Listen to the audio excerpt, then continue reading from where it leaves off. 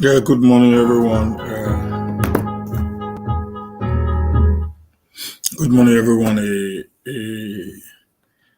A happy Christmas and a prosperous New Year in advance. We welcome you back to the show again. I needed to have taken some few days break in order for me to be able to recuperate, and after a very hectic 1 month of after a very hectic 1 month of doing this job, guys. I know many people were already calling, where has it gone to, and all that and that. After a very hectic 1 month of doing this. So I want to say I'm back, to put a lot of things in place to analyze issues based on fact and figures, and we are back again to give our people the best of what they expect from us. My name is Humani Steven, and this is Matter Rising with Humani Steven, and we are going to the show.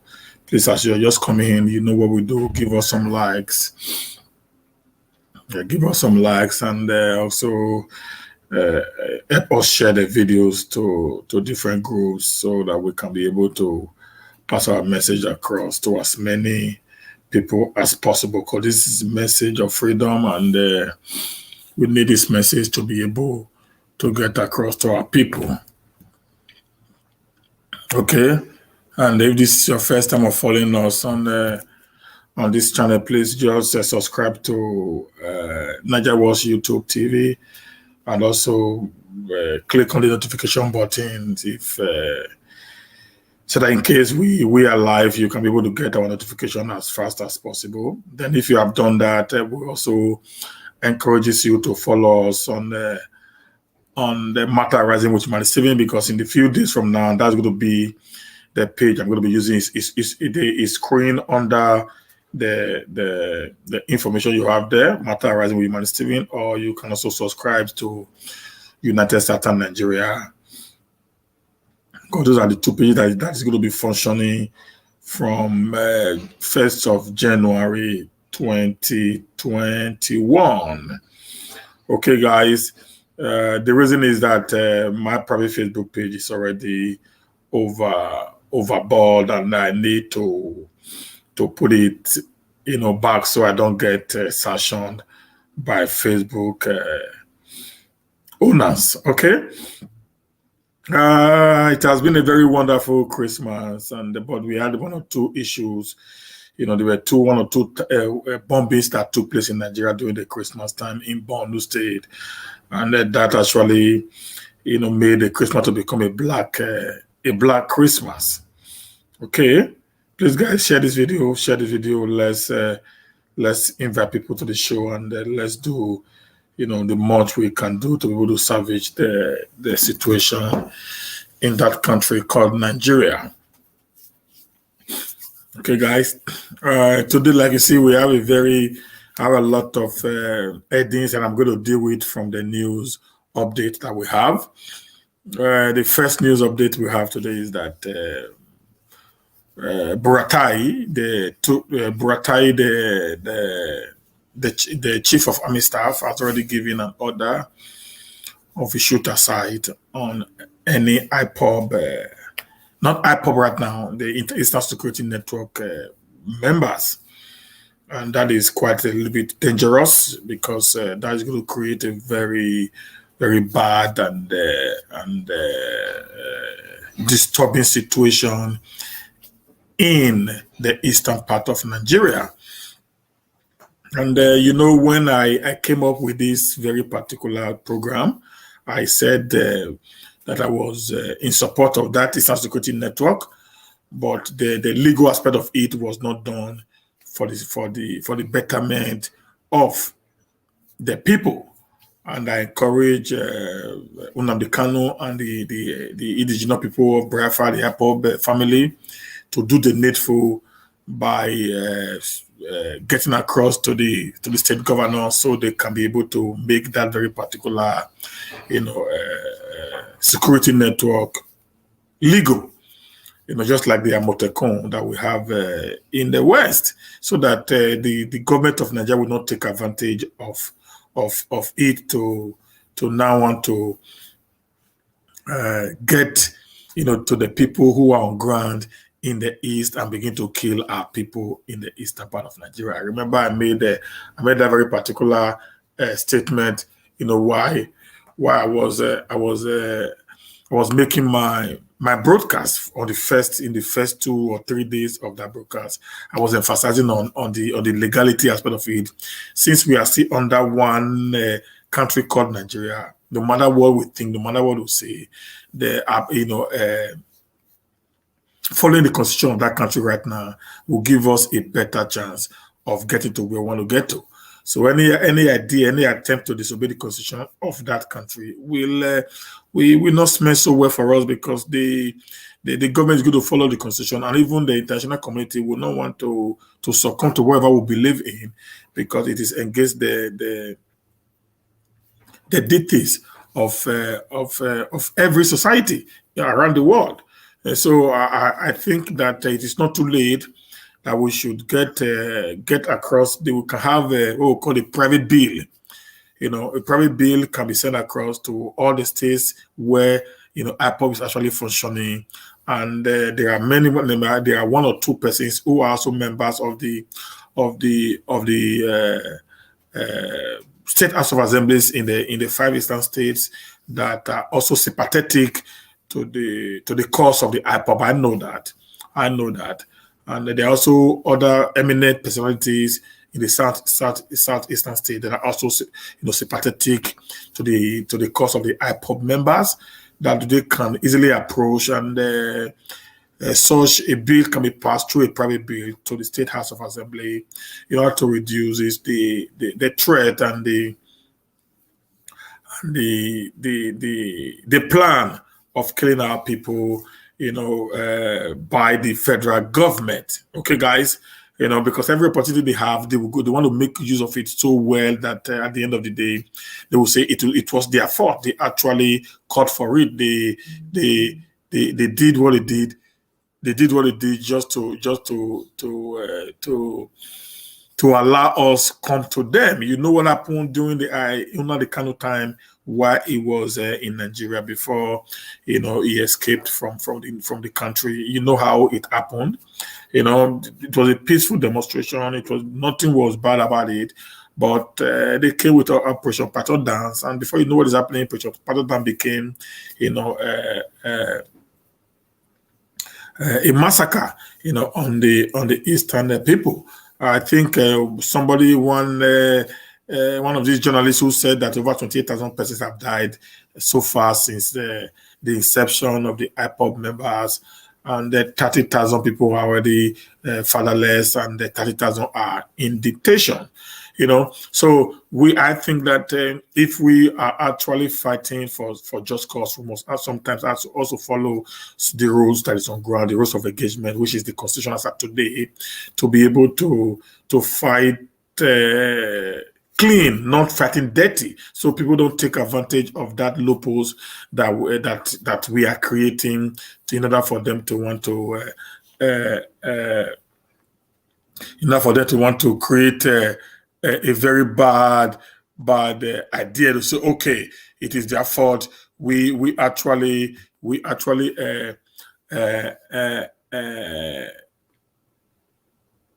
told them, if you want to do it the right way. Don't bring illegal thing to it. This is going to be terrorism and all that and that. And even in the speech, he actually said that IPOB has already been proscribed a terrorist organization, and so therefore, having that terrorist cartel, as they call it right now, they call it terrorist cartel, that they're already trying to take over the entire Southeast and make life unbearable for the citizenry of the Southeastern state. So this is the narrative that we are hearing today, which is not going to go well with us as the Southern Nigeria. Okay, I want to encourage every leaders of the Southeastern state to place as a matter of fact, we should start working to make sure that some of this is that be put on ground. How are we going to harmonize it to make it more functional and be backed up by the law of the land? Okay, guys, like I said in my previous videos, whatever that Nnamdi Kanu had done might not be according to what you guys actually wanted, but we also can easily try as much as possible to make it workable. Okay, if you feel that we needed that kind of an opportunity, then why can't we just put it up, then get it across to the State House of Assembly? There are members there in each of the states of the Eastern Nigeria. There are members that are sympathetic to the cause of the IPOB, and also there are also leaders of thoughts in the Southeastern and that are also sympathetic to the cause of the IPOB. So if this is the case, then it is becoming a little bit important that we need to start doing the right thing right now. Let's start putting the dots and crossing the T's, on the I's and the crossing the cross the T's, so that we can be able to have a more better and a more functional Eastern security network. It's a good initiative.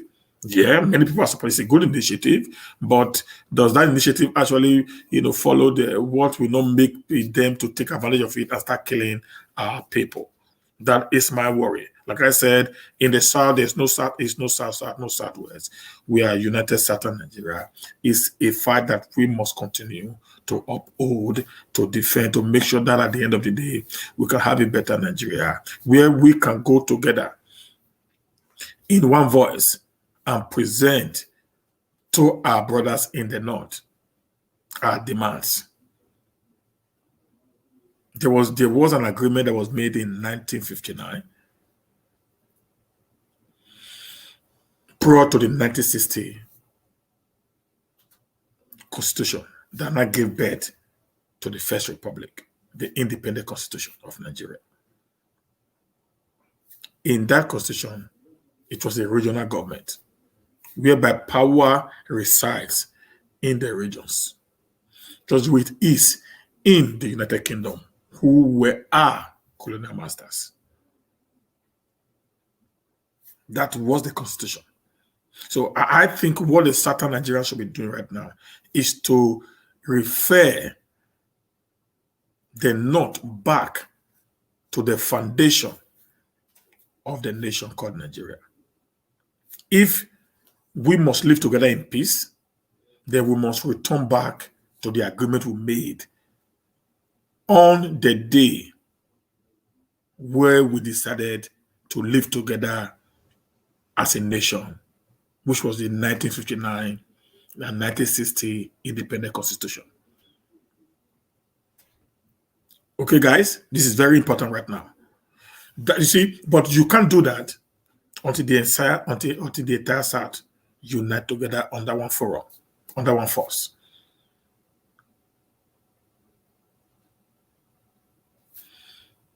There was an agreement.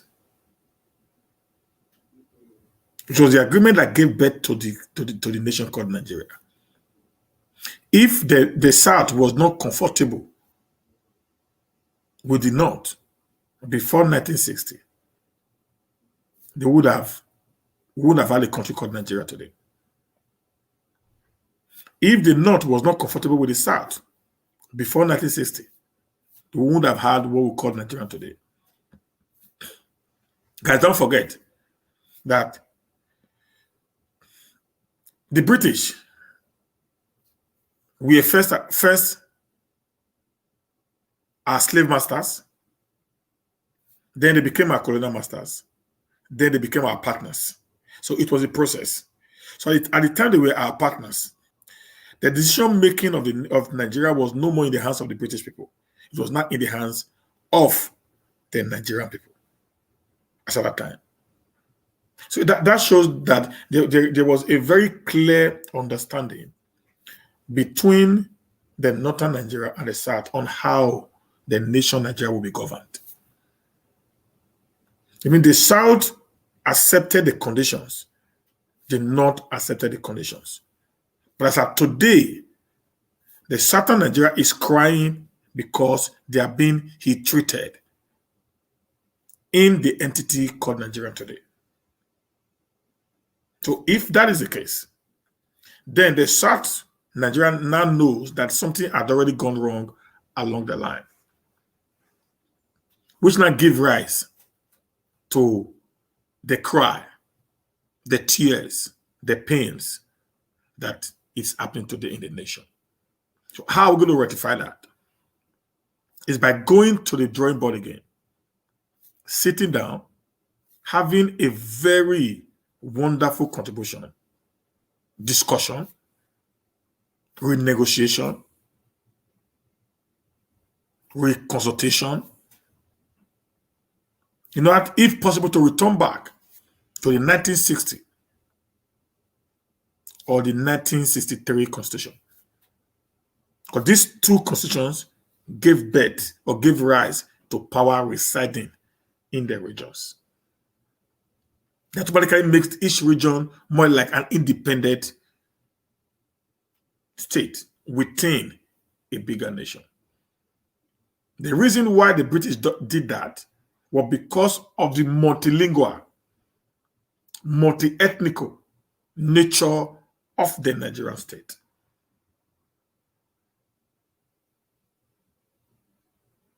They didn't come up with that form of government just because they feel so. They understood that because of the multilingual nature of the Nigerian state, they needed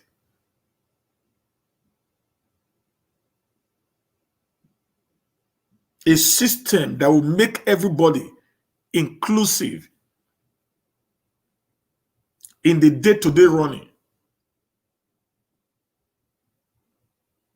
of the government of Nigeria.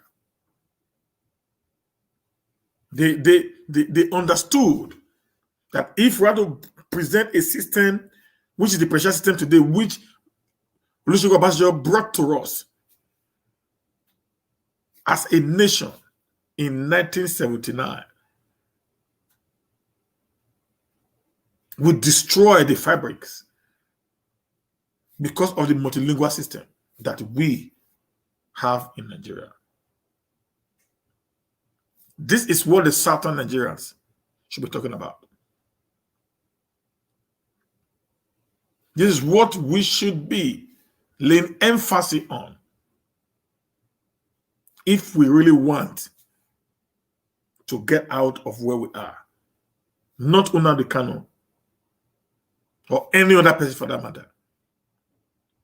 If they were doing their jobs in the South, if these guys were actually doing their job as leaders of thoughts in the South, the likes of Nnamdi Kanu will not even show up. Nobody would have even followed him if things were working the way it ought to have worked. It would have been, Nnamdi Kanu would have, nobody would have even known him. That's the truth of matter, guys. So if you are putting the blame today on whatever Nnamdi Kanu have done, you must go back to what is the genesis of the appearance of the man called Nnamdi Kanu, or the man called Asari Dokubo, or the man called Tompolo, or the man called, just name them, who are agitating for one thing or the other in the Southern Nigeria. They wouldn't have come up. They wouldn't have come up.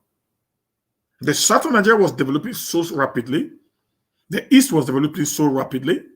In the 1960, 1963, that there was a high rate of development in the South and in the East of Nigeria. During that short period whereby the system created by the British was working.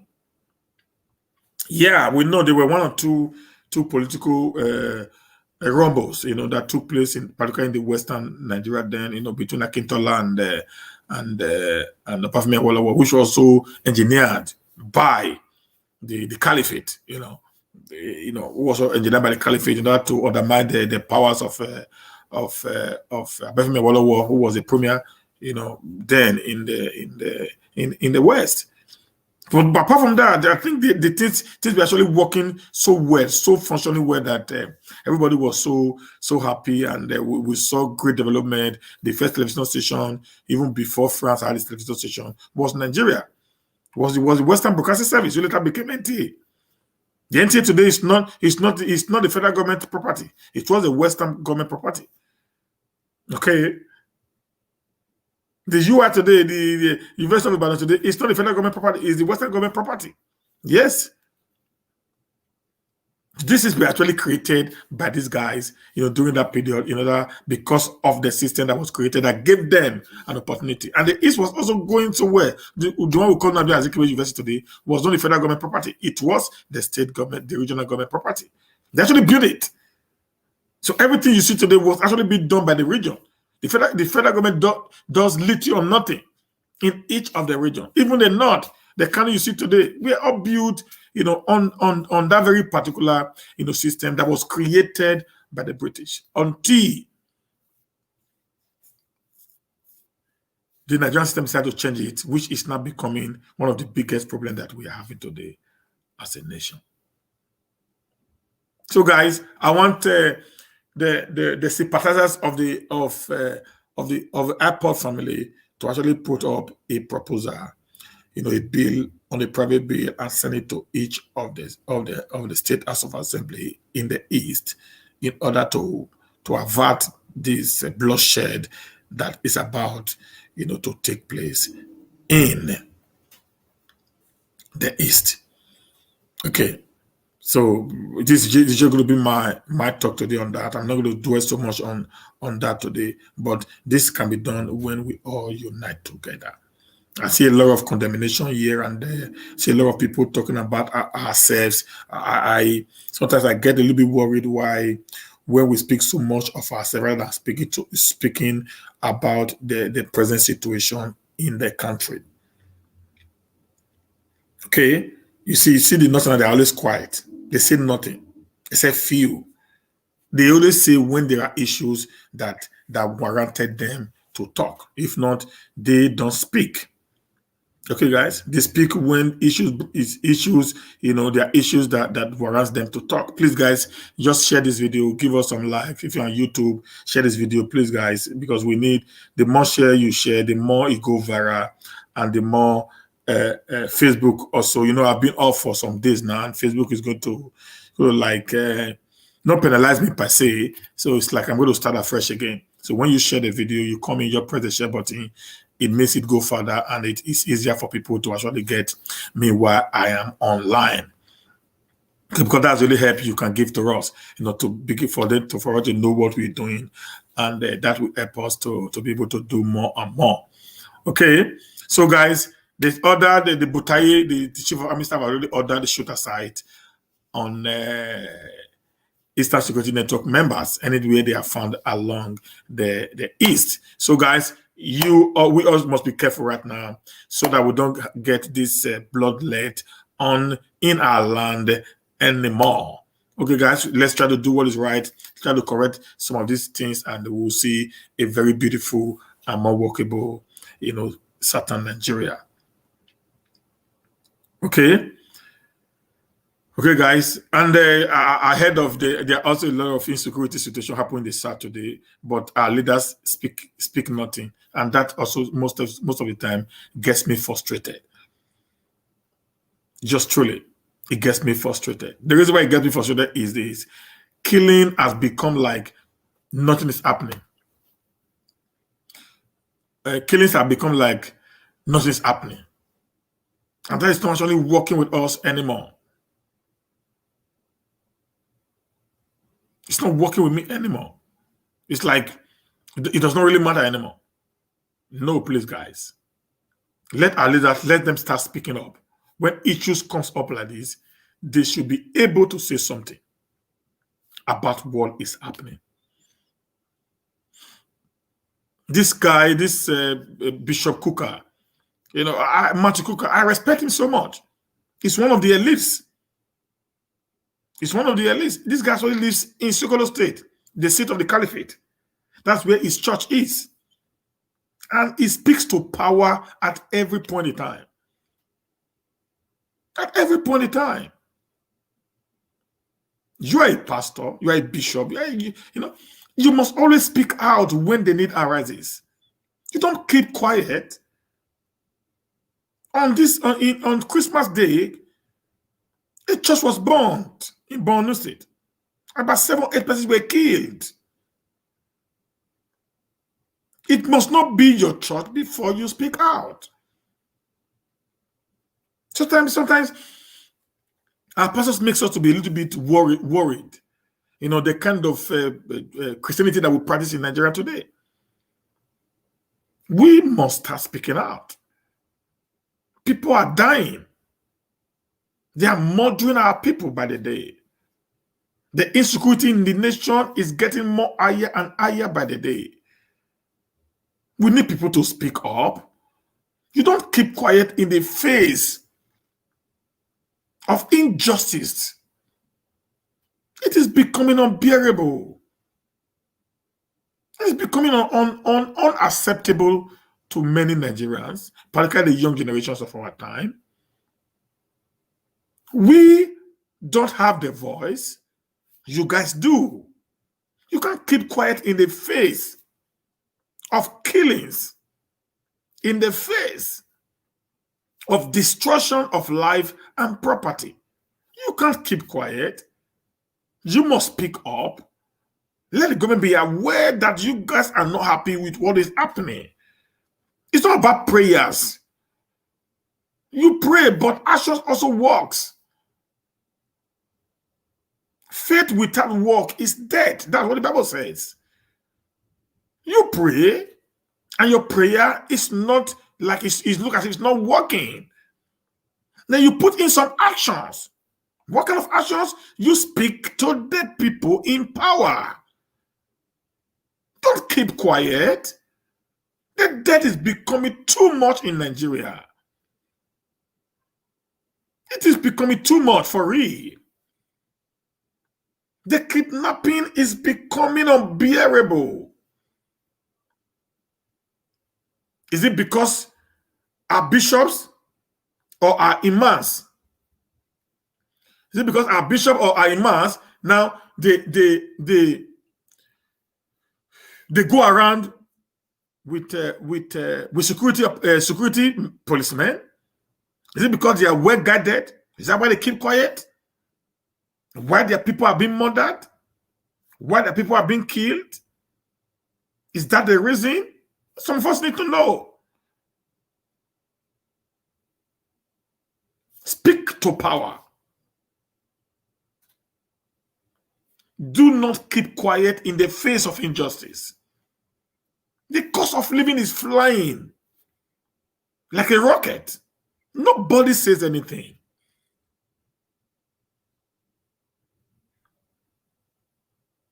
How are your people going to be millionaires?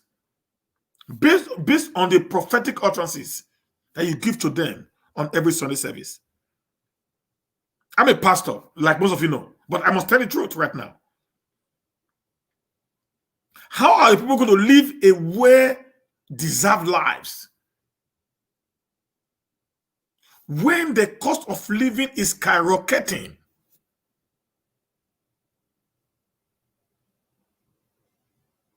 This is not what the Nigerian system needs. This is not what we actually bargained for. As my spiritual leader, you must be able to speak to power. You must be able to tell the government something, that things are not working the way they ought to have worked. Please, guys, share this video. We don't just keep quiet in the face of all that is happening in Nigeria today. On Christmas Day, people were killed. In your states, you speak nothing. People were murdered in Nigeria, you said nothing. For goodness sake. Let us realize without the people, there is no church. Without the people, there is no mosque. Without the people, even your traditional whatever you do, you can't do it. Without the people, there is no government. We tell the people there is no king. King does not control his family. King rules over a kingdom. The kingdom are made up of people. Every part and parcel of the society of Nigeria needs to start speaking up. We have kept quiet for too long, guys. And that has given rise to this very particular tyrannical system we operate today, because the leaders, I mean, I'm not talking about political leaders, I'm talking about every leaders in every sector had kept quiet for too long.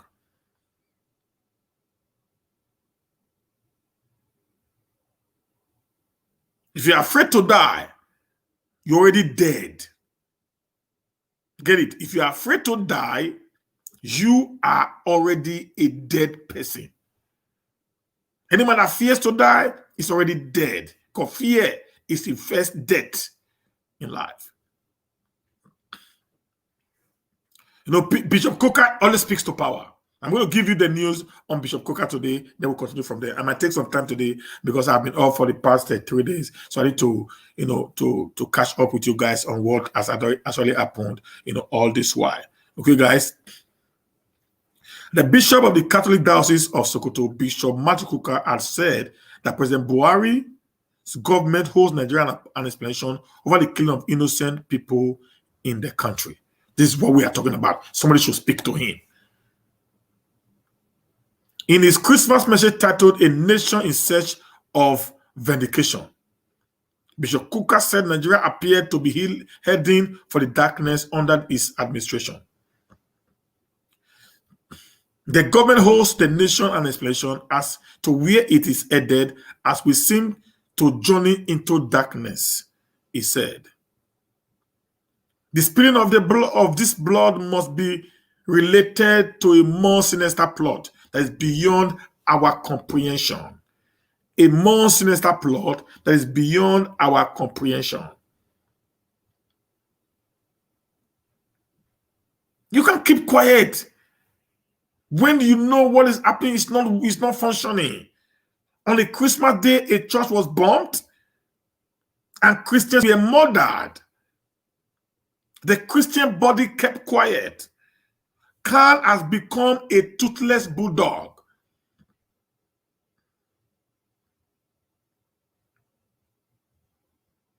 PFN has become a toothless bulldog. The leaders are not speaking anymore. They say nothing. Our traditional rulers are not saying anything when their people are being killed. They keep quiet because they are scared. What are you going to gain if your people are being murdered? You say nothing. Who are you going to rule over? The last hope of the people are actually the churches and the traditional institutions, not even the political people, because these guys are going to go. The church leaders remain until they die. The monarch remains until they die. So these people are actually our hopes. Not a guy who's going to come in for 8 years. Maximum. My hope can never be in such a guy. He had this very short, limited time. I'm going to my 50s now. So if you have to count 8 years from my life, then at least I would have been under more than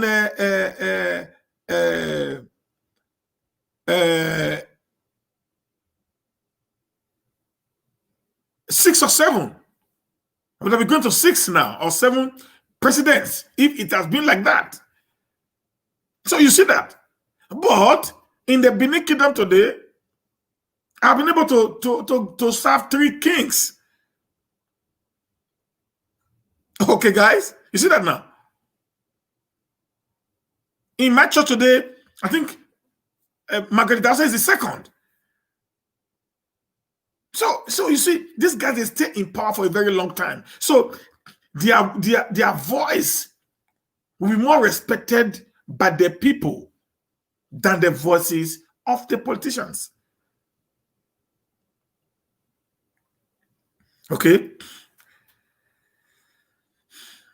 Are we going to remain hog-tied by these evil men, or are they gradually becoming part of a larger plot to seal the fate of our country? While lamenting the level of insecurity in the country, Kuka said Nigerians have nowhere to run to. We have nowhere. We are stuck. That is our nation as of today, until there is a decision. As far as the nation remains today, that is our nation. We have nowhere to go to. We can't just keep quiet and allow things to begin to operate like that. When people now call for succession and people now saying they are stupid to have done that, brother, think again. I do not believe in succession. No, I do not believe in agitation of the dissolution of the nation called Nigeria. I believe in a united, workable Nigeria. But when a nation is not functioning, it will give rises to what we are seeing in the East, in the West, and in the South. We as Nigerians should not deceive ourselves. The moment it is not workable anymore, it is not functioning according to the plans, people are beginning to feel the heat of the lack of good governance in a nation. The people will begin to cry for secession. The people will begin to agitate for recognition. I think it doesn't just come because people are overfed. No. Nobody who's actually living a well, comfortable life want to take up arms against his own nation. It's not done anywhere in the world. So when people are agitating that I want to leave a nation, then the leadership of the nation must sit down to ask themselves, what is actually the problem? Why are we where we are? What has, triggered the people wanting to leave this nation?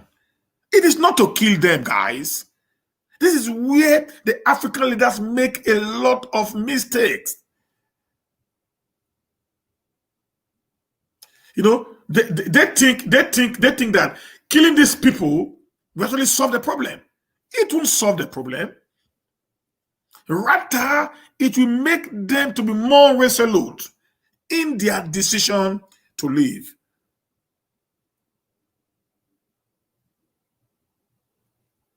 Look at what is happening in the East now. Having grenade, having a rocket shooter and all that and that. You guys, listen, Nigerian government. You guys shouldn't always think of brutal force. No. If you think what happened in 2018 when the war came in is going to happen again, it's not going to be the same. There's going to be some level of casualty even in the side of the soldiers right now. So what is the best way to do is to go to these people, speak to them.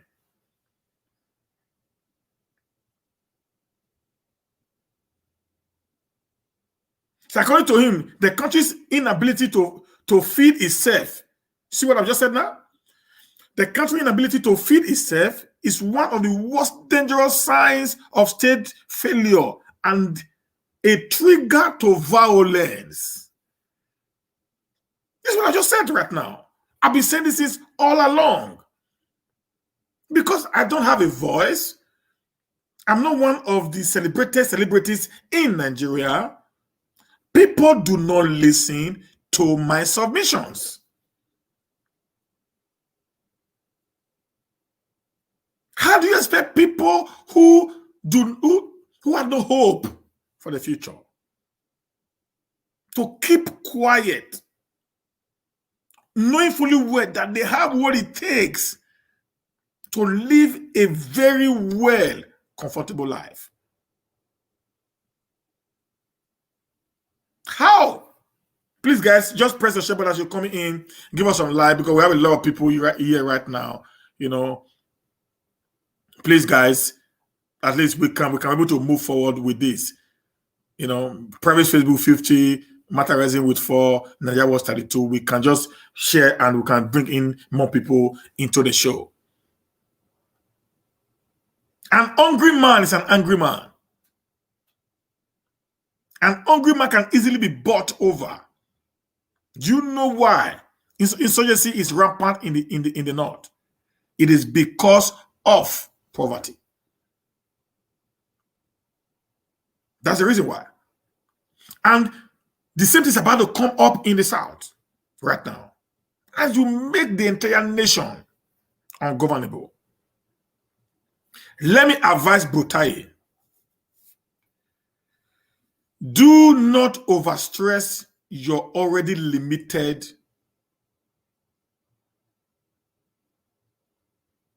military, particularly the army, by drafting them to the east. Do not create another insurgency in the east. It's an advice I'm giving. I'm not saying they want to go there, but I'm telling you, if you push a guy that's already having a gun, if you push a guy that's already having a gun, the trigger of the gun is so sweet. The moment a guy kills one person, I'm telling you for real, ask people who became serial killers, how did they get to where they are? The moment a guy kills one person, he is now accustomed. He sees joy in wasting lives. That is the truth, sir. You're a military man. You need to understand some of these ethics. So not every time you want to go on a brutal force. Sometimes you need to approach, like I always say, negotiations and consultations. If you push them to the limit, as you say, shoot aside, they have their own guns also. Then you already created a war in the East. And I'm going to tell you categorically clear that some of the Easterners today who are supporting you will not anymore if the war is now in their domain. You're going to kill their businesses. You're going to render their economy useless. And many of the millionaires or the billionaires in the East today who are actually supporting this government will not fold their hands and see their region being destroyed for the second time. That's number one. Number two, from the north to the east, there's going to be war. So how can you be able to manage the Boko Haram in the northeast, the banditry in the northwest, the Fulani Herders, so former clashes, according to what you said, in the Middle Belt. Now having the IPOB insurgency in the east.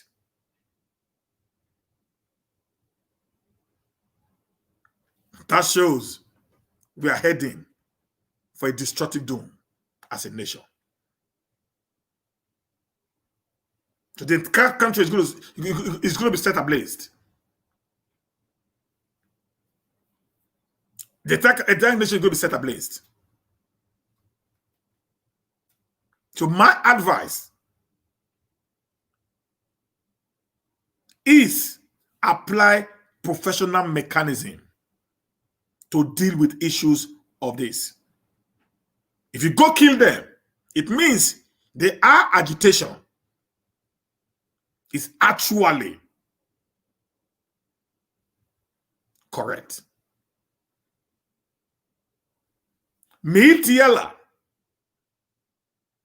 goes around town with AK-47. Nobody had ever arrested them, nor go after them in the forests and kill them. It has never happened. It has never happened. Many of them have been arrested with well sophisticated weapons. Nobody had ever gone after them.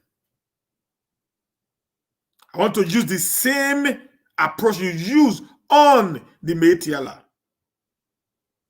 Because the Meitiela is just the same thing like the IPOB. The same. They are an organization that is protecting their people. Just like the Meitiela is an organization that is protecting the headers.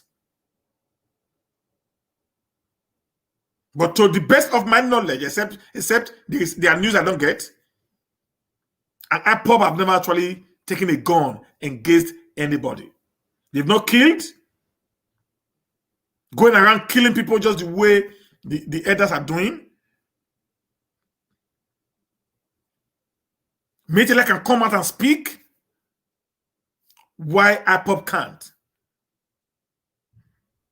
So my advice is be careful.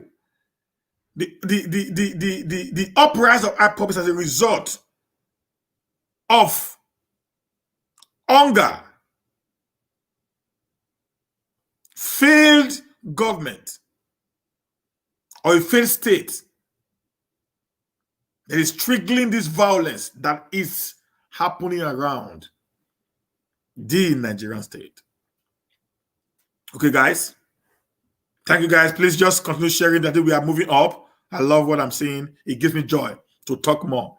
Okay, guys. I'm going to stay here a little bit more today, guys. Like I said, 3 days off. So I need to go out and make people understand where we are going to as we move into a new year. Now, I really said, as our country drift almost rudderless, we seem like people traveling without map, without destination, and with neither captain nor crew. Citizens have nowhere to run to. Our country's inability to feed itself is one of the most dangerous signs of state failure and the trigger of violence, he said. The clergy described Nigeria as a rudimentary country where the citizens travel in a boat devoid of captain or crew and without any map and destination in sight. He also accused President Buhari of nepotism. This is what I just said now. He also accused President Buhari of nepotism, noting that there could have been a coup if a non-northern Muslim president does a fraction of what Buhari did. I love people that say things the way they are. It's not missing his words. That is a true leader. One that stands for the people. There's actually high level of nepotism in the government of President Muhammad. I've said it before, Muhammadu Buhari. How can you have commissioners? The highest level of commissioner came from your own side, the northwest, 13. They're followed by the northeast. For goodness sake. How do they manage to get that? Okay? He also accused President Buhari of nepotism, noting that there could have been a coup if a non-northern Muslim president does a fraction of what Buhari did. We know that President Goodluck Jonathan did not even do 1/10 of what is happening today, and the entire nation was against him. The North were crying, and they wanted him out of power at all costs. For Bishop Kuka, President Buhari administration was institutionalizing northern hegemony by reducing others in public life to second-class status.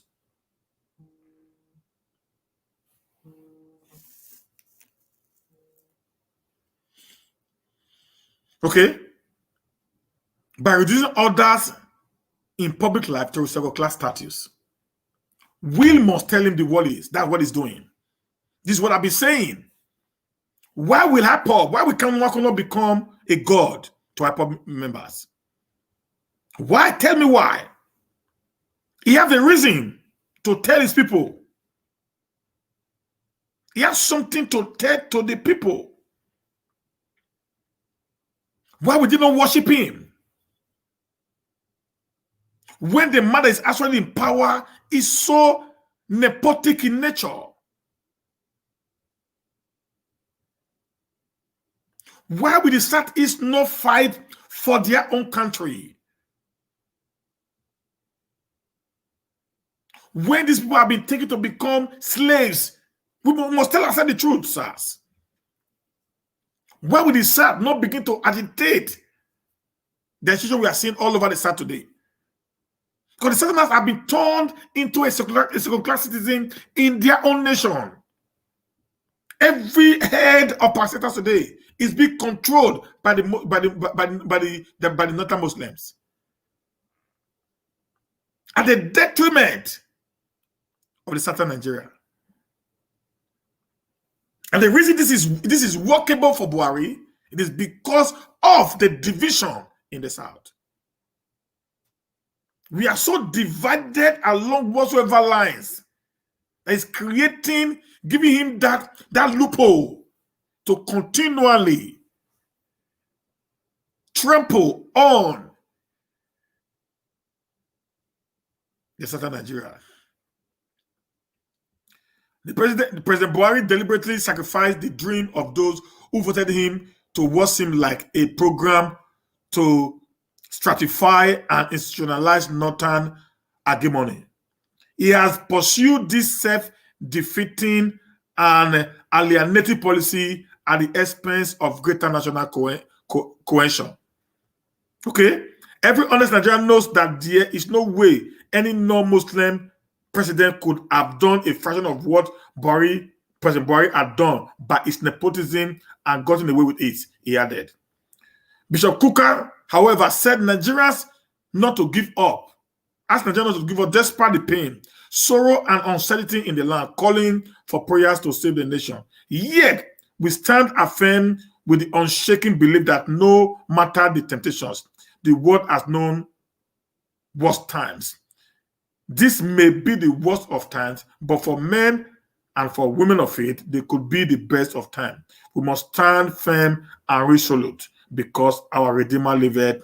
Job chapter 19, verse 25 is said, end of quote. So that was from Bishop Coker. I want to say the guy, I love him because he's one guy who is always, true to power. Okay. Now, having said that, then we're going to look at another one again right now. That's going to be the next news that we're going to put up right away. That's going to be the next news we're going to put up right away. House of Rep draws motion inviting Buhari over insecurity member apologize to presidency. This was from Sahara Reporters. Okay. You see, these guys are stupid people. This is what we just said now. Nepotism. I want to say before I start, in a democracy or in a democratic system of government, there are three arms of government that are independent of each other. The executive, the legislatures, and the judiciaries.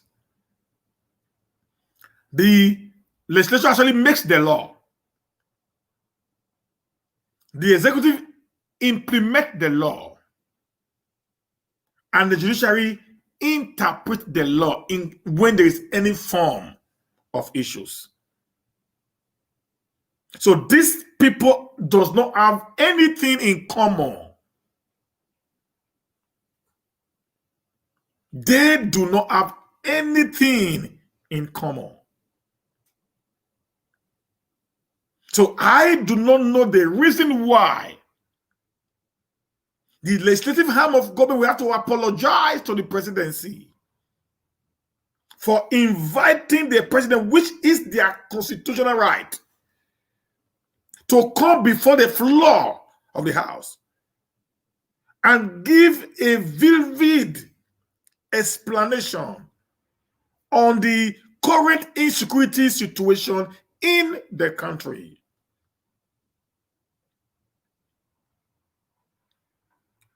Because of all the nepotic nature of the Buhari administration had given rise to this caricature government we are having today, that the president becomes more bigger, stronger, more powerful than the three arms of government put together. This is a show that we are now in a military system of government in an Agbada style. It's only in a military system of government that the president, which is the head of state and commander-in-chief, is the alpha and the omega. Okay, so let's go to the news. Let me put the news before you. The House of Representatives is no longer keen on inviting President Muhammadu Buhari to address it on the security challenges in the nation, a report by the Nation said.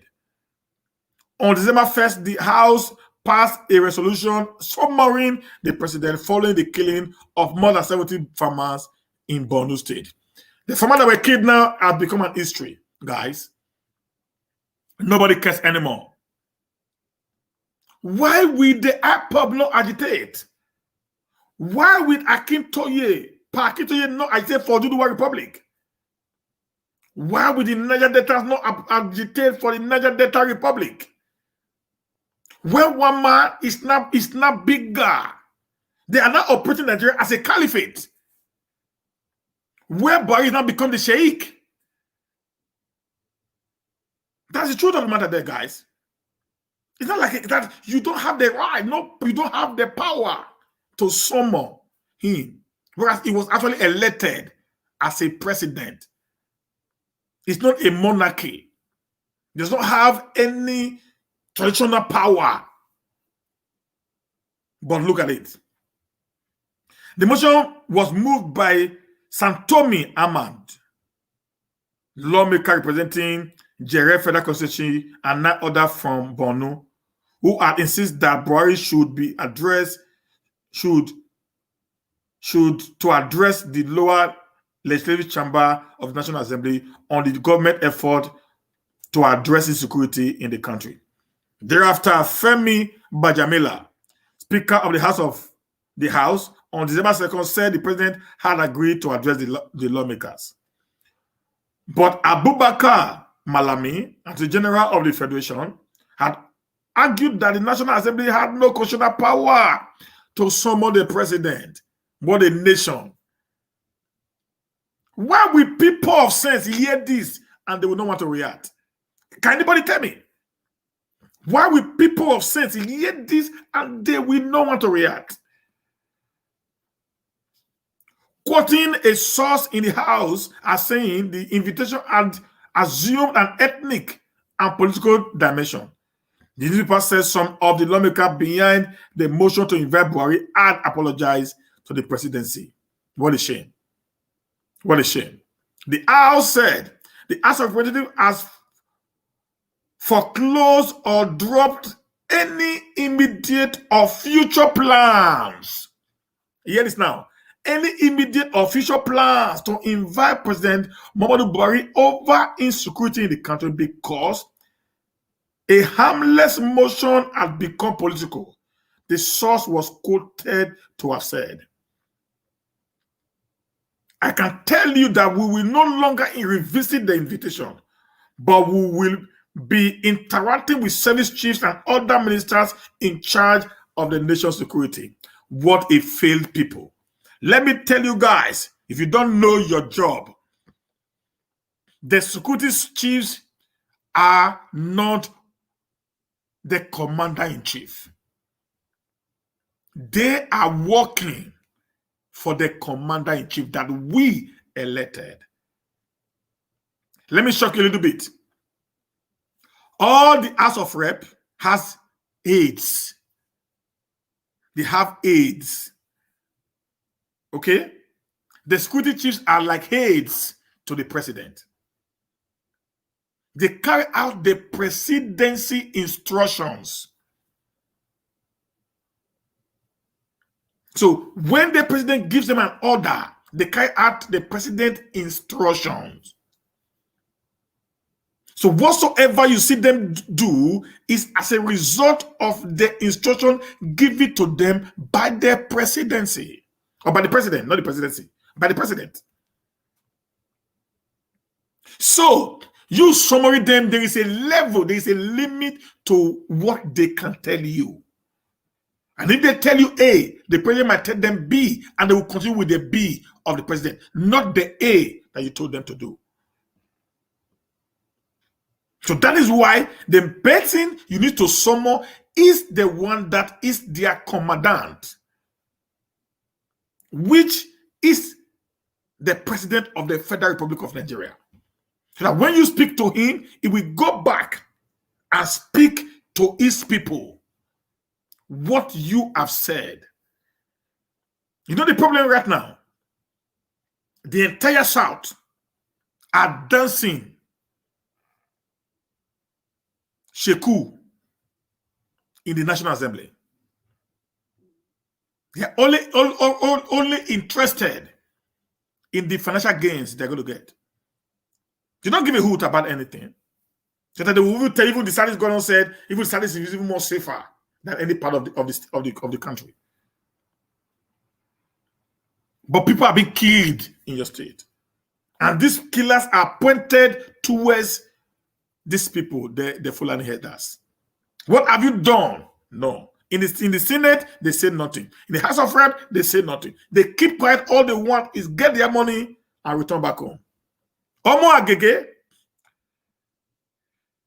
is the deputy Senate president. But he's the worst deputy Senate president that I have ever grown to meet all my life.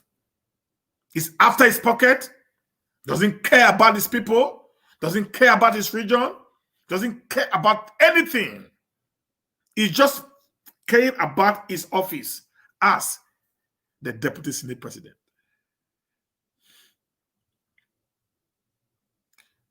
Look at what this idiot said now. They turn it to political.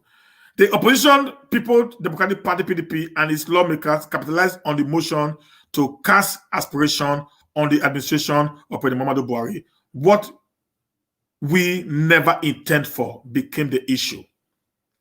Some governors and strategics in government insinuated that the House leadership was working for a different political interest. That was why they pulled the strings from the Senate.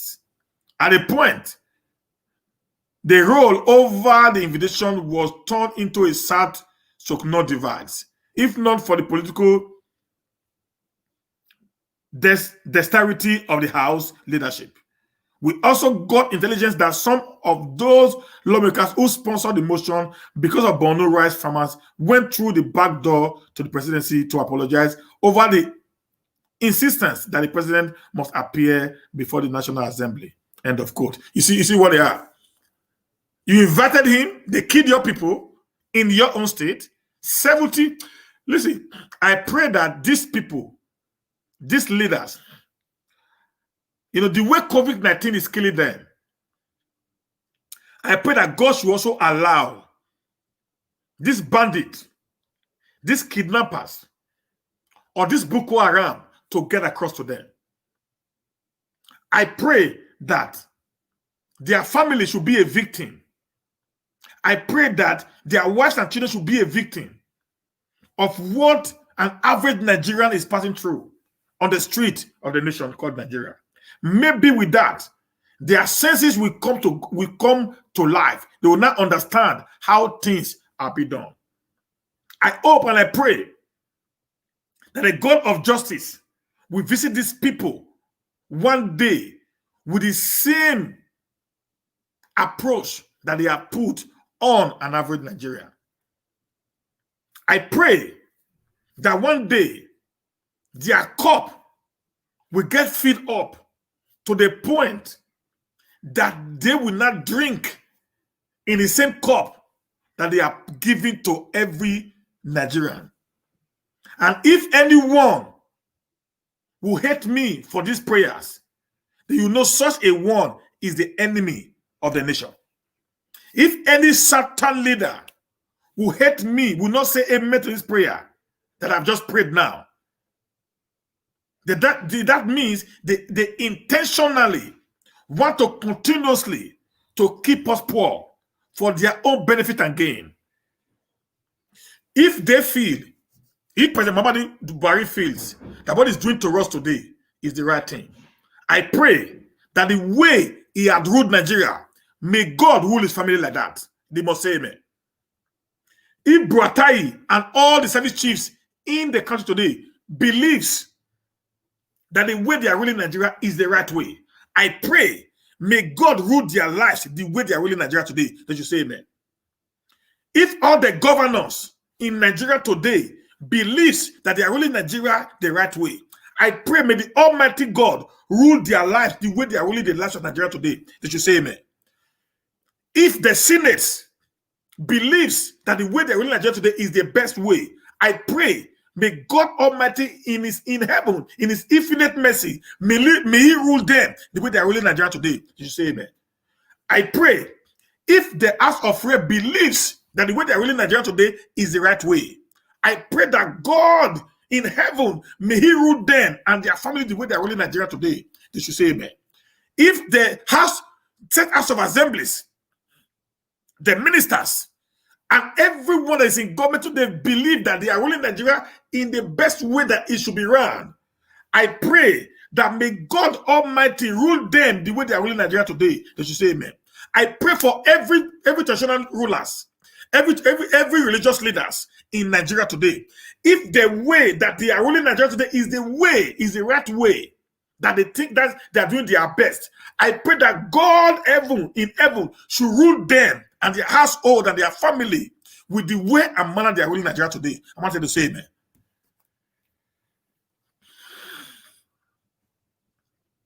I'll not curse anybody now. I pray for them because they feel that they are doing the best for the nation. So I'm saying if this is their best, then may God rule them the way they are ruling us today. That's my prayer. If they believe that the way they're ruling us today is the right way, may God rule them the way they rule us today. Not because, not prayer.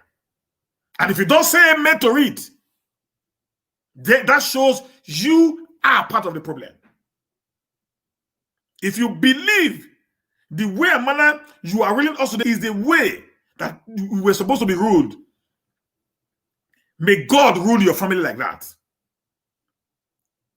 May God rule your business like that.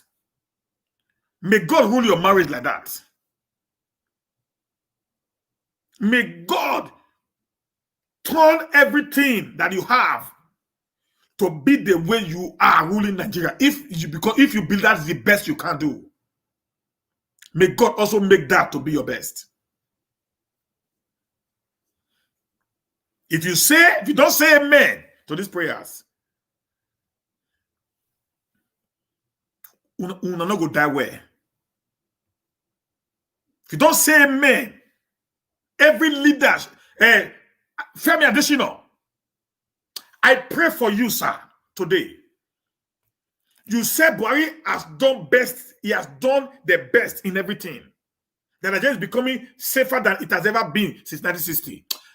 You are a pastor. I heard you are a pastor. I pray for you today. May God in heaven, who you serve, you believe in, may he rule you the way Buhari is ruling Nigeria. I pray for you today, Femi Adesina. May God rule your family the way President Buhari is ruling Nigeria. I pray for you today, Femi Adesina. May God rule your marriage. May God rule your children. May God rule your business, your life the way Buhari is ruling Nigeria. And you must say amen to it. Gabashew, I also pray for you the same prayer. I pray for your co-worker, additional. May God rule your life the way President Buhari is ruling Nigeria. Loretta, the woman that drink Danjuma wine, I pray the same prayer for you. May God rule your life the way President Buhari is ruling Nigeria. Every one of you that is saying Buhari is the best for the nation. Yes, I believe right now. But I'm going to pray the prayer for you. May God rule your life the way Buhari is ruling Nigeria. Because if you tell me, if I believe that he's doing the best, you give me that prayer, I'm going to say amen to the prayer. Because I know what he's doing is what ought to be done. I'm going to say amen to it. But I don't believe. So those of you that believe in it, you must say amen to this prayer.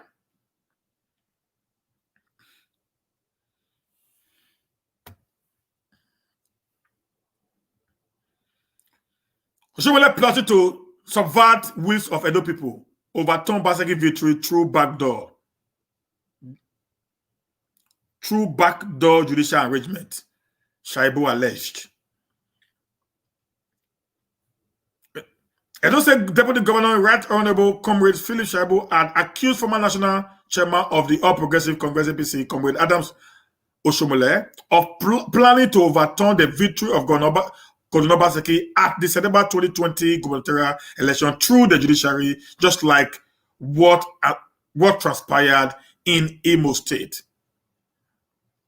Shaibu, during an empowerment program for Afema youth in Ogbonna and Jetu, respectively, at the weekend, reaffirmed confidence in the judiciary and President Muhammadu Buhari to protect the nation's democracy and the collective will of Edo people.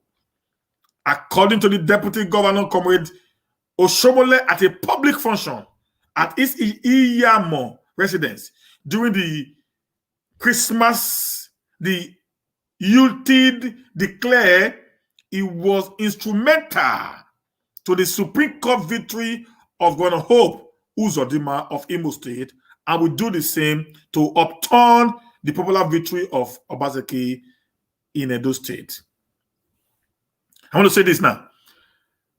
Comrade Adams Aliu Oshomole, it is high time you keep quiet, allow the will of the people to prevail. Okay? It is high time you keep quiet and allow the will of the people to prevail. Let the court do their own job. We, the Edos, we not want a repetition of the Imo incident in Edo State.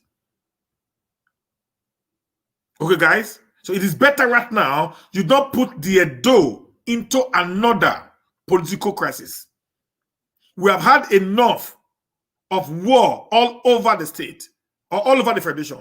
Do not add to it with your unguided utterances. You've got it to where you are today as a result of you talk before you think. When you open your mouth, you vomit words before you reason the implication of the words you say. If you take a case to a court, you don't say you were instrumental to the judicial, victory of Hope Uzodinma. That shows when the Easterner called Uzodinma the Supreme Court governor, they weren't making a mistake. You just affirmed their fears. You just affirmed their worries as a result of your unguided utterances that you actually were the one who maneuvered.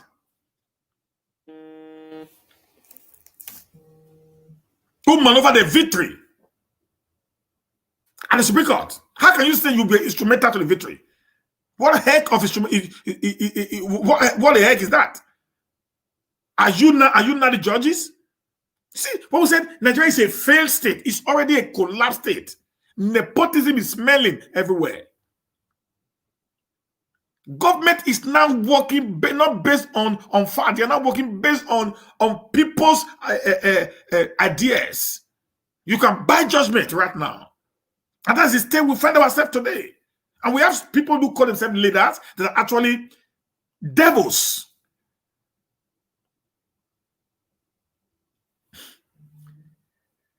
Let me say very clearly, Oshomole. If it's the election of Obaseki, it was in one way. The people decided that they wanted Obaseki. It is simple and pure. That election is one of the freest elections you can ever come across in the history of Nigeria. Apart from that, if you're talking about his academic qualifications, my advice to you, Comrade Adam Salih Oshomole, and your co-host, is to wait. Let the judiciary and the institutions that is giving the mandate of either issuing and interpreting to do their jobs.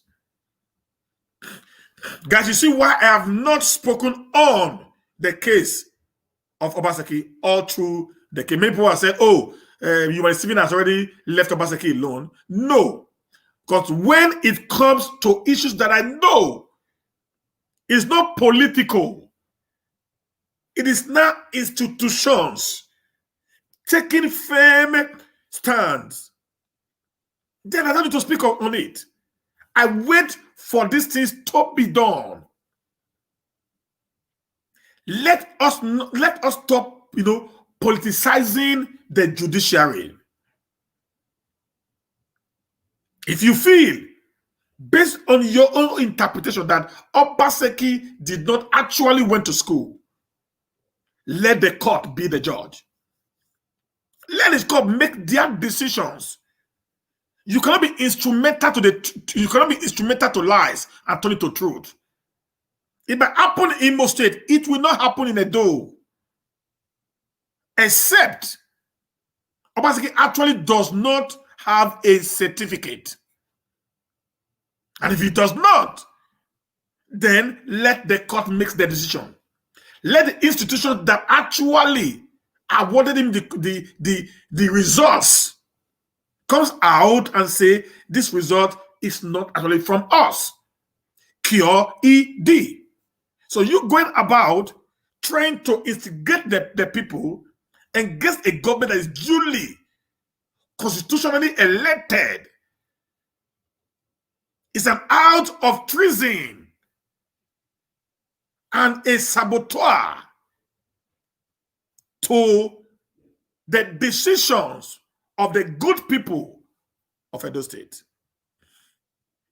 And I will advise you to draw the sword, go in, sit and wait for the final decisions of the court. Do not try to maneuver the court for the interest of some few who wants to hold on to power at all costs. Shaibu expressed disappointment over Oshomole's vituperation on the clear victory of Obaseki, stressing that making unguided utterances to indict the integrity of the judiciary and to redeem his larger-than-life public image remains ridiculous. The deputy governor, in a statement made available to newsmen by his media aide, Benjamin Atu, urged Edo people, especially the youth, to take their destiny into their hands by securing Nigerian democracy and the political future of young people. Yeah, let me come here to Shaibu. If the youth are to take their destiny into their democratic destiny into their hands, you guys who are actually between the youth, the gap between the youth and the elders should also begin to make the youth relevant in the scheme of things in politics. You guys have seen what the youth could do in the just concluded September 19, 2020 gubernatorial election in Edo State. So my plea to you guys and to Obaseki is this. You've seen that the youth had what it takes. Not the corrupt ones who are actually fighting for their belly, want to become recognized in the political scene. just for their own personal interest. Okay? Begin to look for youth. Forget about political affiliation right now. Look at people you know that have character, that can be able to bring a new thing into the table, incorporate them into the government of the day. Give them that platform that they can be able to now work and change the status quo of what is happening today. The youth will succeed if you, as one youth also, we're able to bridge the gap and begin to put them in. Teaching them the ingredients of right governance. Then and them you can be able to hand over to a more workable, more prepared youth, not like Yaya Bello or Desmond Idiot or Aliu Macaulay. But the moment you decide to hold on to power without not letting these guys come in, they are going to end up knowing nothing, coming to power. All they're going to do going to be for their own personal greed and destructions. Okay, guys.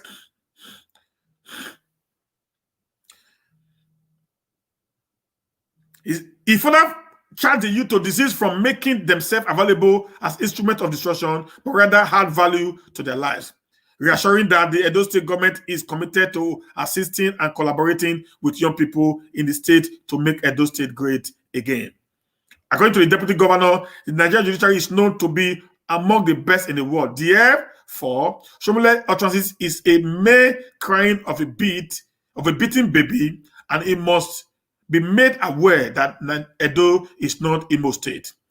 Now that he has vowed to test the collective will of the good people of Edo State by attempting to subvert their way through a questionable judicial arrangement, he will obviously not be tolerated by the managers of our judiciary.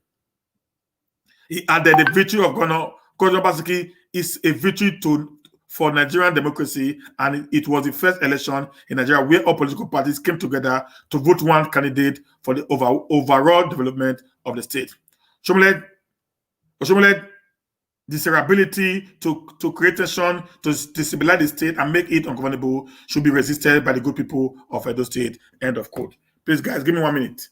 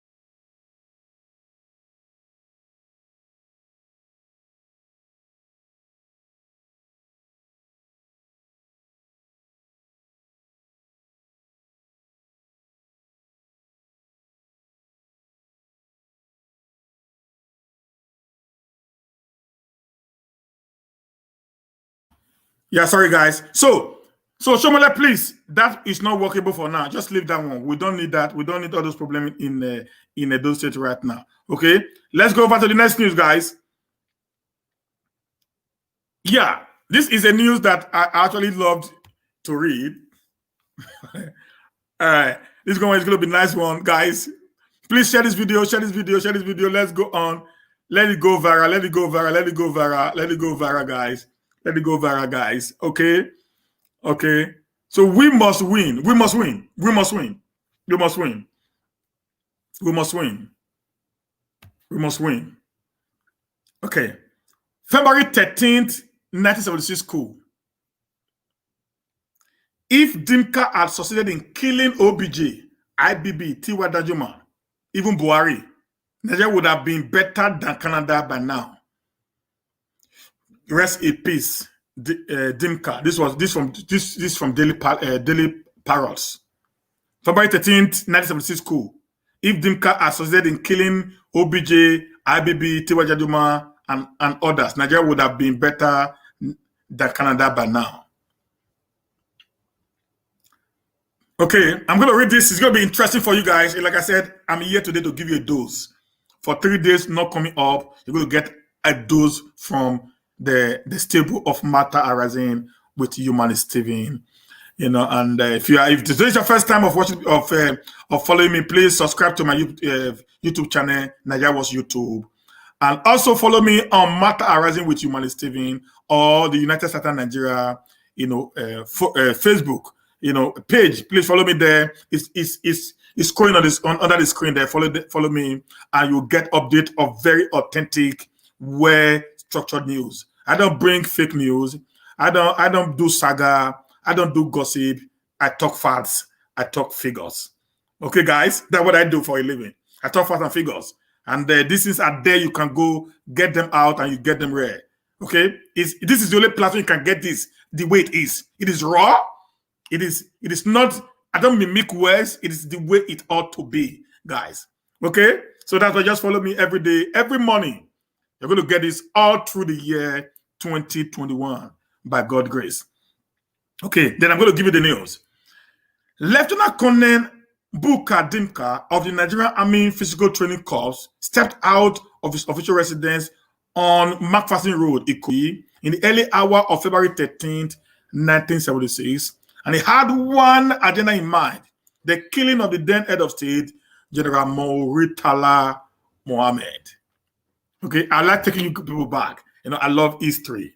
Okay, he achieved that criminal act by gunning down the Kanu-born head of state a few minutes after the later left the Dondam barracks, or Balende, the official seat of the federal military government at that time. Mohammed's official black Mercedes Benz was riddled with bullets near a petrol station on Bank Road, now Murtala Mohammed Drive, opposite the Federal Secretariat, Ikoyi. Killing along with him were his ADC, Left Lieutenant Akintunde Akinsehiwa, and the driver. After the assassination, Dimka had made a broadcast at the Nigerian Broadcasting Corporation, NBC studio, in the following words: "Good morning, fellow Nigerians. This is Lieutenant Colonel B. Dimka of the Nigerian Army calling. I bring you good tidings. Murtala Mohammed deficiency have been dictated. His government is now overthrown by the young revolutionaries. Any attempt to foil these plans from any quarters will be met with death. Everyone should be calm. Please stay by your radio for further announcement. All borders, air, and seaport are closed until further notice. Curfew is imposed from 6 a.m. to 6 p.m. Thank you. We are all together," said Dimka. 2 days after Mohammed was assassinated, Dimka was declared wanted for treason and murdered by military authorities. He was eventually caught at the checkpoint at Abakaliki on March 5th, 1976, and brought to Lagos the following day. On March 6, 1976, the federal government promptly issued a statement on his arrest as follows. His arrest followed a massive manhunt operation marked by a combined team of the army and military in the area. The previous day, Lieutenant Colonel Dimka had checked in at a local hotel in Afikpo under the name of Mr. C. Godwin of the Federal Ministry of Agriculture, Enugu. Later, on his request, the hotel manager secured for him a girl, Miss Beatrice Aboli, with whom to spend the night. A few hours later, the local police security was alerted and they closed up on him. At about 10:30 p.m., he bolted away through the window of the toilet of his hotel room into a nearby thick bush, abandoning his car with a dangling registration number ECC 6253. The continuous joint manhunt operation by the army and police resulted in his subsequent arrest near Abakaliki in the eastern Nigeria. Barely few hours after he was brought to Lagos, he was interrogated by the military board of inquiry led by Major General E.O. Abisoye. However, while Dimka was being squeezed, 32 people, including Major General Aliya Bisala, who had already been tried for their role in the attempted coup, were executed in Lagos on March 11, 1976. The following civilians executed among them was Abdul Karim Zakari, a graduate of University of Ibadan, who was said to have led Dimka and others into the studio of the NBC on February 13, 1976. The broadcaster was also cited as the man who signed for martial music records from the NBC library the previous night. Just as the first batch of coup plotters were executed, Dimka trial began after it was presented to the press on March 11, 1976. Handcuffed, Dimka, who wore a kaftan dress, watched journalists listen to a tape recording of his appearance before the board of inquiry for about 5 minutes. He confirmed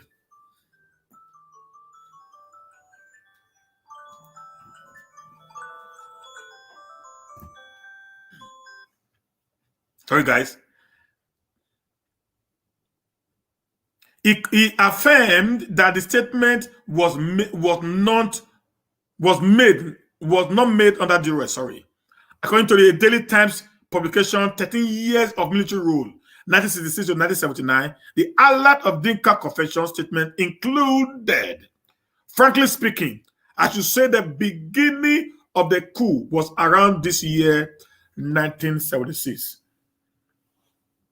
He said he had discussions with some persons, including former head of state, General Yakubu Gowon, in London. And when he returned to the country, he decided to assign responsibilities to members of the young revolutionaries conscripted into the plan. But Gowon, who was in exile at the time, denied any prior knowledge of the coup attempt. Dimka also planned the coup plot.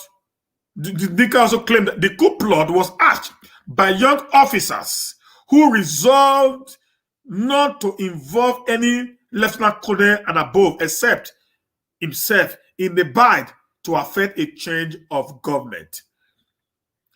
In his confessional statement, he said General Bisala had complained to him and expressed his frustration that despite being a member of the Supreme Military Council, each time there was a decision to be taken, it was either sent to one place or the other.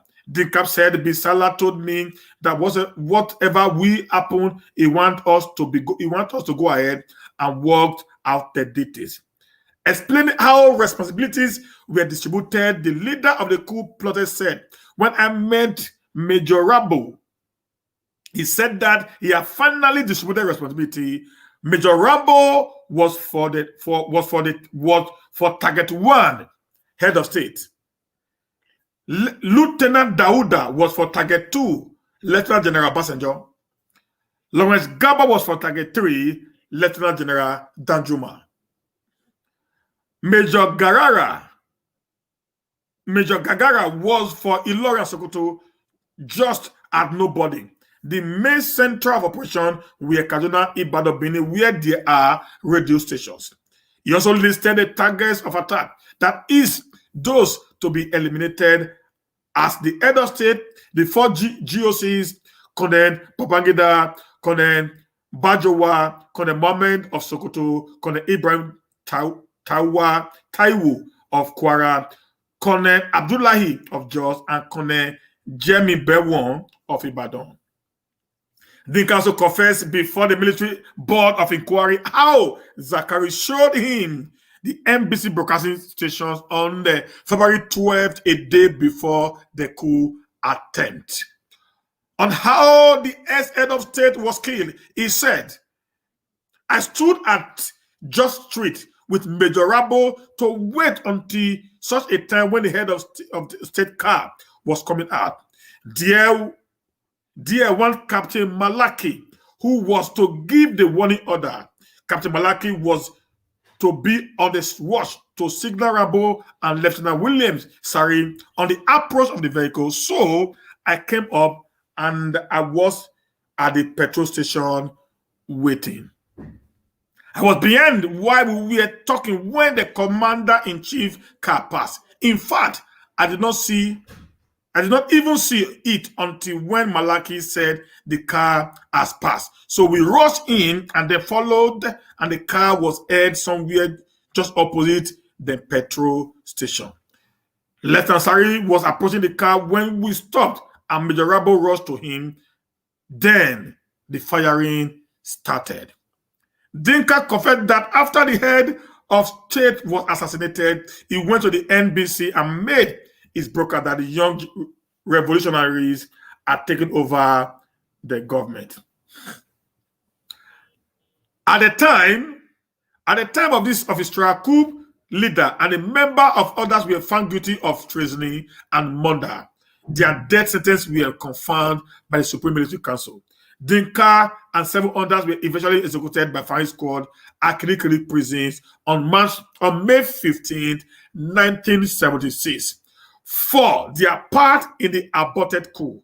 Also executed among the squad was the former governor of the then Benue State, Joseph Gomwok. However, two NCOs, Sergeant Clement Yida and Corporal Dauda Usman, escaped and were never found. They were declared wanted by the authority. The situation led to the promulgation by Olusegun Obasanjo regime of certain retrospective decree and new military laws justifying mass execution for coup participation end of the day. Now, this is what I just told you right now was what happened in 1976, February 12th, 1976. February 30th, 1976. And if you see, the problem of Nigeria today are the people that I just listed. Condemn the Kone Obasanjo, then condemn Babangida, then condemn Tiwa Danjuma. These are the people that is actually the problem of the Nigeria of today. Believe it or not, guys, they are our eminent problems. If I'm very sure, what Dimka was supposed to have done or wanted to have done was the same thing that J.J. Rawlings of Ghana did at the same time. That brought Ghana to where they are today as one of the fastest growing economy in the world. The same thing is what happened in Rwanda after the Rwanda genocide. Until some of these people are killed, executed for the crime they have committed, Nigeria will not have peace. That's why the South needs to start thinking, what is the way out? The way out is the unity of this contraction called Nigeria. Particularly the South. Listen, the unity of the South is not even negotiable anymore. The North should start telling the South to unite if they actually want the Nigeria that they are actually fighting for. The North should start encouraging the South to unite if the North do not want a destructive Nigeria. They should start telling the South, guys, it is time you unite together for one purpose. Otherwise, you will end up not getting that which you actually needed. We will be better if we unite and have a restructured Nigeria back to the 1960-1963 plan. This is what Colonel Rawlings, J.J. Rawlings did in Ghana. He came into Ghana, destroyed the entire system, killed all these criminals, political leaders, restructured Ghana back to how the British made Ghana to be. Regions, the Ghana springed. The development of Ghana began. Today, Ghana is a reference point for any world political leaders. If they're coming to Africa, the nation they go to is the Ghana nation. Not the giant of Africa, but they go to Ghana because the system is workable. Our leaders who believe today that they are gaining. Listen, guys, you are actually not gaining anything. You gain more. You gain more from this system if the system is working perfectly well. You're going to enjoy the system more better if the system is working the way it ought to work. I promise you guys, the leaders in the South, you like Tinubu and Co. Do you know the influence of Awolowo? Awolowo was never a president, but Awolowo is the most respected Nigerian in history. The name Awolowo rings more in the political scene of Nigeria than any other leaders of his time. But he was never close to the corridor of power. That shows that when there is a region, because Awolowo did a lot to change the status quo, the narrative of the West as at that time. You're going to get more popularity, more respect from your people if we return back to the system that will make the nation functioning and in a progressive direction. And this cannot happen having known that the present-day system favored the North than the South. It is in favor of the North. Like I said the other day, Kano alone have 44 local government. Edo Delta is not up to 44 local government. And these two states I just quoted now are one of the highest oil producing states in the Federation. Edo State has the largest number of natural gas in the whole of Africa, only in Edo State. But when it comes to revenue allocation, Edo State get far lower than a state in the north that does not even produce anything. So that level of inequality will never make a nation to progress. I'm calling on everyone, let us start reasoning. Let us start thinking the only way out is when we unite together to fight a common cause for a better Nigeria for our dream. If you don't want Nigeria for your dream, then maybe you can decide to go on your own way, if that is what you want. But the first is we are not believing in division.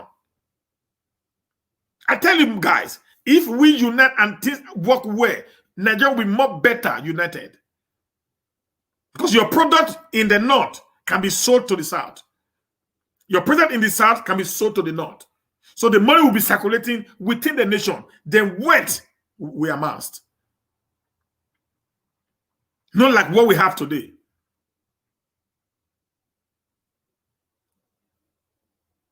Okay, guys. Now let's go to the next news.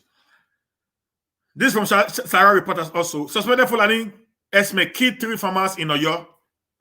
They kill everywhere. But our leaders don't even speak. They don't care. They keep quiet. To them, it doesn't matter anymore. We are worthless to them anyways. We are worthless to them. A source told Sahara Reporter that the farmers were killed while returning home from the market. Sahara Reporter learned that 2 of the farmers who were not Nigerians had gone to Badu Musa to buy a ram for the custody of the baby of one of the victims, and were attacked on their way home from the market. It's also said one of them lost his life during the attack, while the other escaped with injuries. It was gathered that the lucky victim was receiving treatment in an undisclosed hospital in the area as at the time of filling this report. 2 Jokus foreigners went to Budo Musa to buy ram for a naming ceremony of a baby, but on their way back, they were attacked by 4 armed men suspected to be headsmen. One of the foreigners lost his life during the attack, while the other escaped with injuries, the source said. In another development, our correspondent learned that government suspected to be headsmen killed 2 farmers on their farm in the local government area. Sheriff reporter gathered that there were indications that the 2 victims struggled with the headsmen before they were shot dead. The source urged the government to find a lasting solution to former elders' clash, saying, "Does these people realize they are killing us on our soils?" They do, but our leaders don't care. They don't care. They don't give a hoot about it. 3 persons were killed, others were injured by suspected Fulani herders in their farm. And our government does nothing, say nothing about it. The reason why I cannot even comprehend.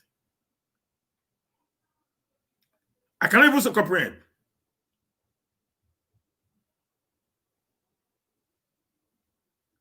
The reason I cannot even comprehend why they say nothing over what is happening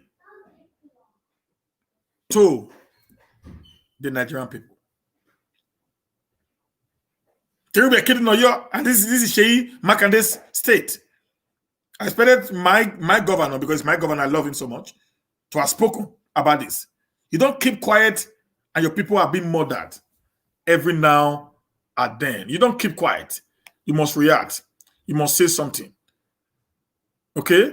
You must say something. You don't keep quiet. You must say something. You must say something. You must say something, guys. You don't keep quiet.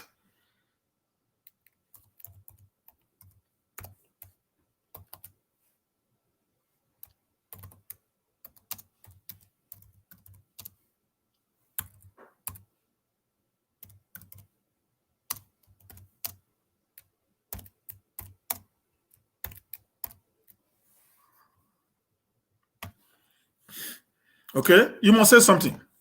You don't keep quiet when your people are being killed. You must speak up. It is time we speak up. The killing is becoming too much.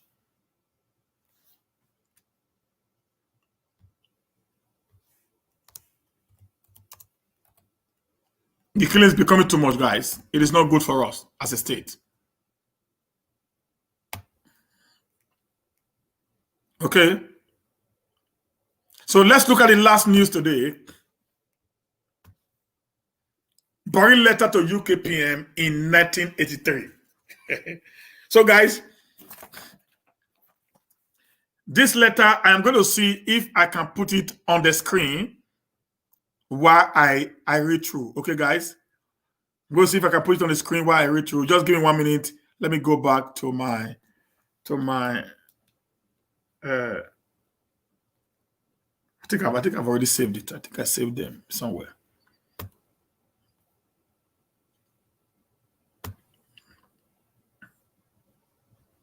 I think I actually saved this. I don't know where I saved them right now.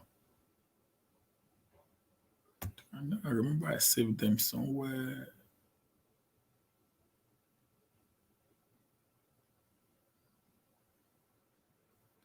Okay, I can go back. Let me go to. I can go to brand. I think I saved it around here. Go to brand.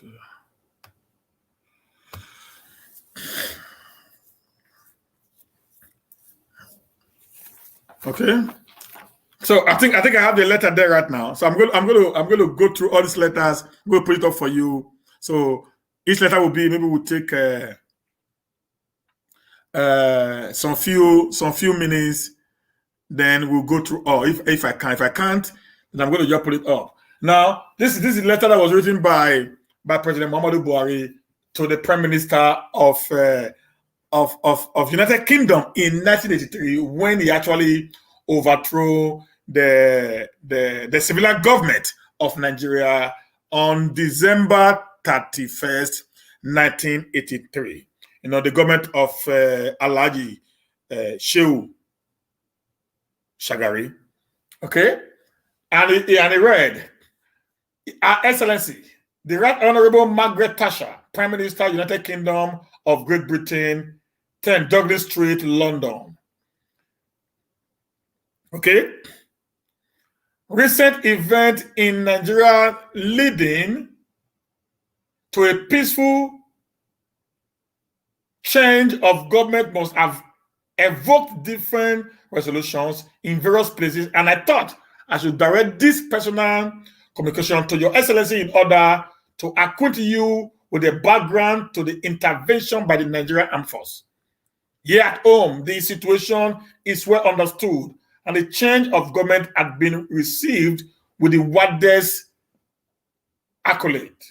Even in those cycles which, for obvious reasons, stands to lose most through the corrective measures being contemplated to restore the sense of decency and accountability in public life, the small takeover and the accompanied claim and general acquittancy had been called than salutary. With the last military administration voluntarily handing over government to civilians in 1976, it was very high hope for the future. The handing over exercise was carefully planned and faithfully executed. The 1979 Constitution was promulgated. There was justifiable optimism that Nigeria was headed for an era of progress, unity, and stability under a free and elected democratic government. Okay? However, so soon after the handing over in both the administrative and legislative organ of government,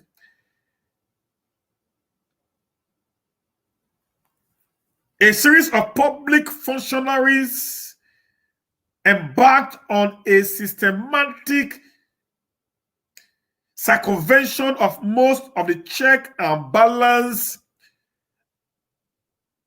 enshrined in the Constitution.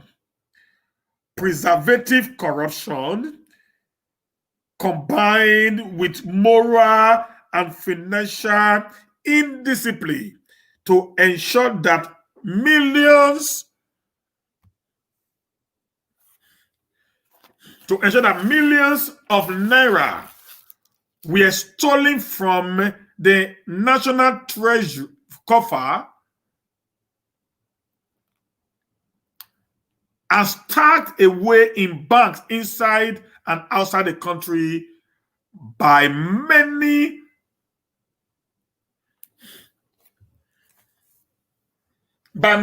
unpatriotic citizens actively hated and abetted by certain unscrupulous foreign associates. What was left was quickly dispersed, unloaded contract and over-invoicing of imports designed to allow generous kickback to government and political party functionaries. Approved and correct procedures were systematically undermined, and the normal functioning of government machineries deliberately perverted for personal gains. Individuals were becoming increasingly apprehensive of their personal security, and the future seems to hold little hope for improvement in the status quo. The majority of public functionaries at all levels freely engage themselves in irregularity with impunity, since those at the top and supervisory grade were themselves known to be involved in corrupt practice and impropriety. Bribes and gratification were contemptuously demanded and given. Visitors to our countries were regularly confronted by this nothing and ugly sight of uninformed custom officials and policemen taking gratification without qualms and so brazenly doing it.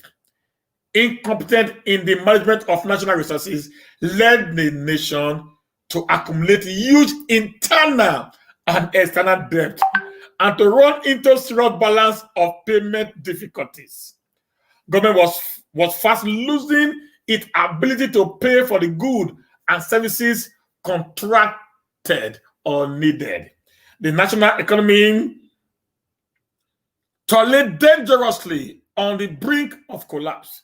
Numerous industrial undertakings are at this very point on the verge of total collapse, and many had been forced to close down for lack of raw materials. Thousands of workers have lost their jobs, and the skeptics of large-scale retrenchment has already appeared. Sorry, guys, this thing is a little bit not too clear. The resultant scarcity of essential commodities was predictably accompanied by aspiring inflation. Frauds and embezzlement of public funds were committed with reckless abandon. Hired assassins and murderers were openly beginning to practice their trade in broad daylight. Perpetrators of corrupt practice resorted to ransom to cover their trades, resulting in callous destruction of several expensive public buildings and even loss of lives. Okay, guys. Okay. Incidents of armed robbery multiplied, and the state of general lawlessness narrating chaotic state of affairs. The people grown under the twin yoke of passive corruption, skyrocketing prices, and general insecurity of lives and property.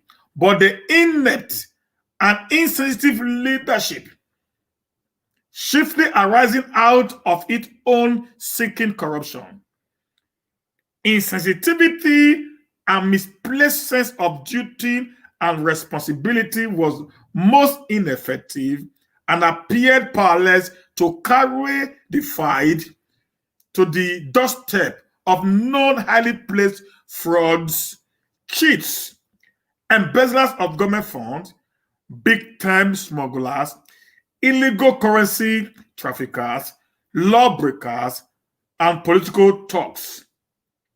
Sometimes disguised as policemen. They preferred to indulge in criminal waste,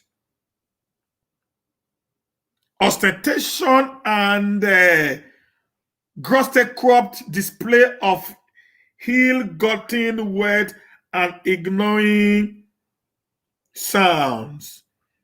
Technical advice profiles by professional public servants and many well-meaning individuals to arrest the increasingly worsening economic situation and to deal firmly with corrupt officials and their friends. Worse still, politicians saw the acquisition of political power as a prerequisite for amassing wealth. Political struggles consequently became a do or die affair. In spite of the huge investment on the 1983 election, there is ample evidence that they were blatantly rigged all around. In reaction, politically motivated strife engulfed several parts of the country, claiming several lives and destroying valuable properties. The overall effect was a serious erosion of national stability.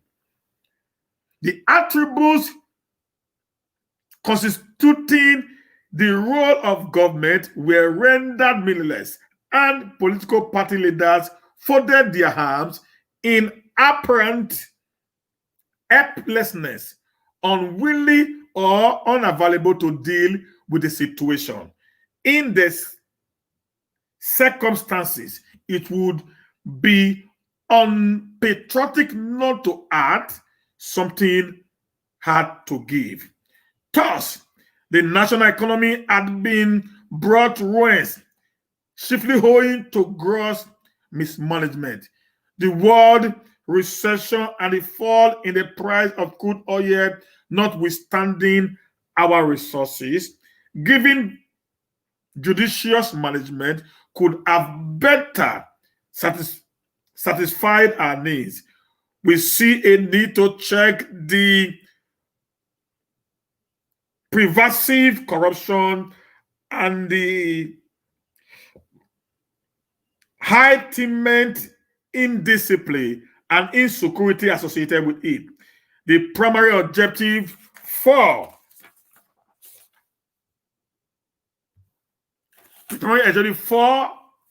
our intervention is therefore to save the tottering nation from imminent collapse, a patriotic rescue operation.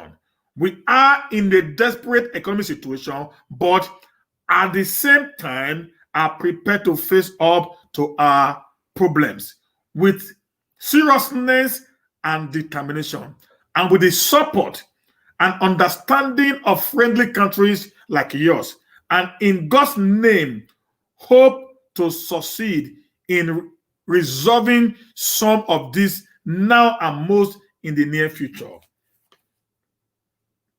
Mr. A.L. Shiroma, CRO, a retired secretary to the former military government, and my special emissary, who is leading this delegation to you, is in a position to render more detailed briefing on the status of affairs here should further information be needed. While wishing you a prosperous and a peaceful new year, please accept, Your Excellency, the assurance of my highest consideration and esteem.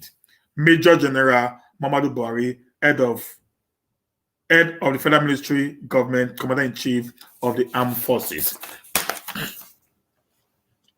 Now, guys, do you know why I came with this news? Do you know why I brought up this news today?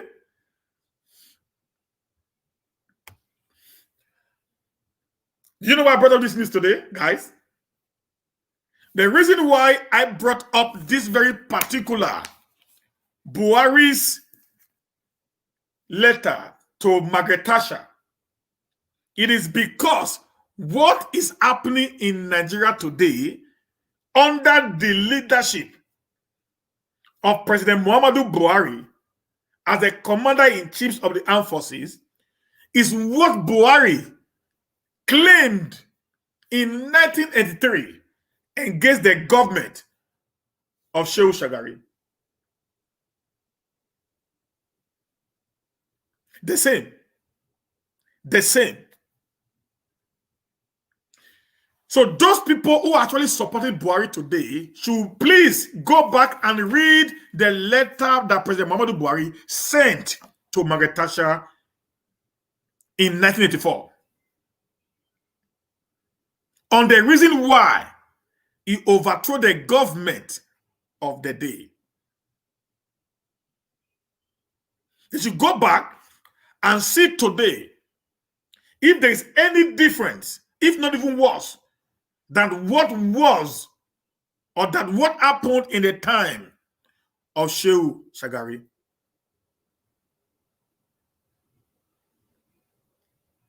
Internal and external debt of Nigeria today is at the highest peak in the history of Nigeria. The level of insecurity today is at the highest peak in the history of Nigeria. The political embezzlement today is on the highest peak in the history of Nigeria. So everything that he actually accused the Shehu Shagari-led federal government about in 1983 is what he is doing even worse. At least in Shagari government, there was no nepotism. There was no favoritism. There was no ethnic coloration, which is very visual in his government of today. So, guys, you will see clearly that the Muhammadu Buhari that we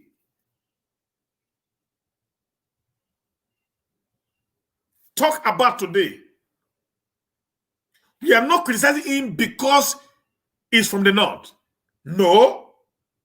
We are criticizing him because he's a collateral failure.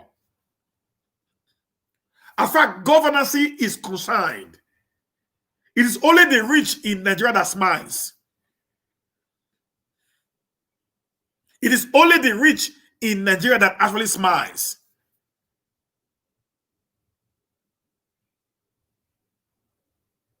The northern Talakawas, the northern Datrodes, they are crying. Just the way the southern Talakawas are crying. It's only the few privileged ones who are in the corridor of power, who are actually gaining, just the way he said now. There are a few politicians that are actually gaining from the corruption, the kickback, that are smiling as of today. Just like he said, it's only these people now that have the power to control and to say what they need to say, guys. So now, can somebody tell me why the government of Shehu Shagari was overthrown by Buhari in 1983?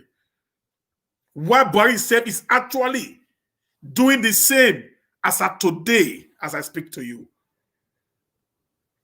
Fellow Southerners, fellow Nigerians,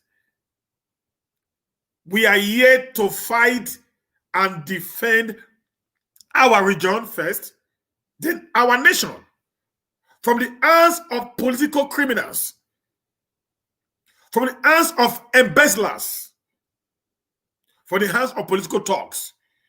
Just like Buhari said in 1983, the reason why he overthrew the government of Buhari. And we, the youth of Nigeria, should get prepared to send all these political criminals packing.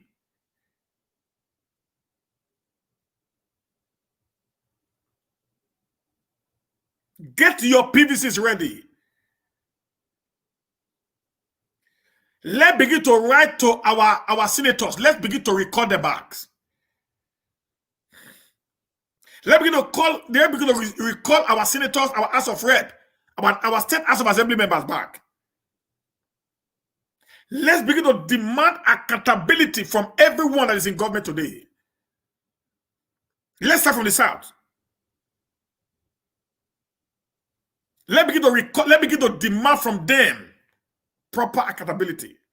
Let them begin to tell us what they are doing in order to make the Southern Nigeria a better place. They don't have anything tangible to give to us. We will not demand for the recall from the state, from the INEC.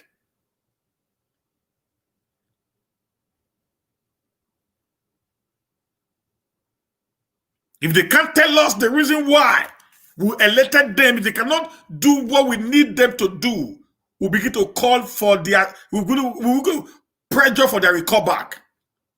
So we send someone who will defend us there. Then our plans of having a better South will become a reality. Let them know that we have grown to the level that we understood what we want as a people. This is a fact. This is the reality on ground right now, guys. And I believe that we can be able to do this if only we continuously uniting together as a people. This is what Buhari was saying was happening in 1983. The same thing is happening today. A governor is standing with a bandit with an AK-47 and his boys behind him. And the military personnel, the DSS and other security apparatus were actually in that meeting. This was the level that the state was in 1983.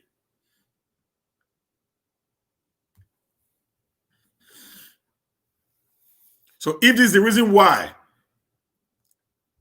you overthrew the government of Shagari and you said it failed, then Buhari's government is a collateral failure. If these were your reasons why you said the government of Shagari failed, then the failure of your government is worse than that of Shehu Shagari. And we have expected you, just the way you wrote Margaret Thatcher here, to have resigned from office because you have failed woefully. You have so much indebted the nation that in the next 50 years, you cannot be able to pay the debt you have incurred on the Nigerian people. You have so much divided the nation that Nigeria today is more divided than in the history of Nigeria.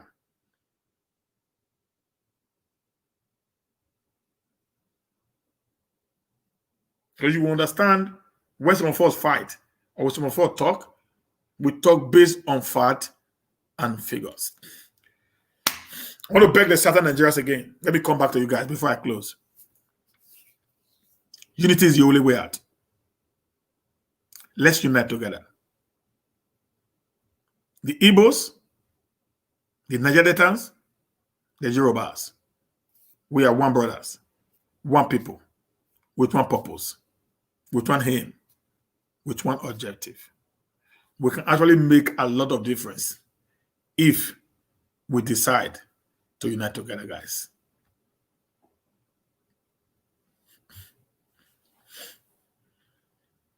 We can actually make a lot of difference if we actually decide to unite together. A lot of difference. A lot of difference. This unnecessary disunity, hatred for one another, needs to end. Pride needs to go. Because one of the greatest problems with the South is pride. We are too proud for no reason. And we don't appreciate people when they do something that you can't do. We need to throw off all this. And let's come together and fight the common cause for a better Southern Nigeria. There's no place like home. As of today, we have no other home. If even we are going to divide today, if we are going to divide, the politicians in Edo State, they are still there. The like of Oshomole and Co, they are still there. The politicians in Rivers, they are still there. The politicians in Enugu, they are still there. The politicians in Oyo or Lagos, they are still there. Tinubu is still there. So, if we divide today, we are giving these people more power. Because then they're going to be like a local lord to influence what is happening in our nation. First, before we talk of division, before we even think of it, we need to come together and make a significant difference by changing the status quo. And we even support, like Showore said, that those of us who believes we have what we take, we are not corrupt, We are not greedy. We are not overambitious for personal reasons. That we are there because we want to serve. We can start working now in the political scene. Let people start seeing us so that we can be able to create a new platform, a new wave for the Nigerian state. Maybe with that, we can change the already disturbing status quo of what is happening today in Nigeria. Okay, guys. Thank you very much. I want to appreciate every one of you. I'm going to read some comments right now.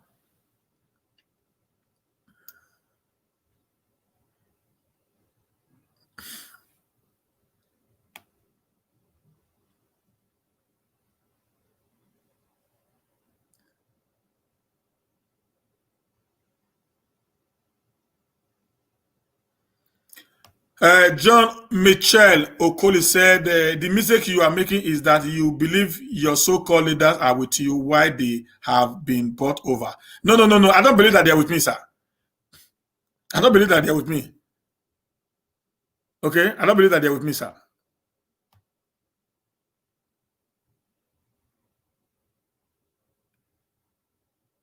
Yeah, Renda, Peter. Oh, yes, it would be great if we unite Nigeria, will be great again. I'm not even in support of division, but unity. Thank you very much, my brother.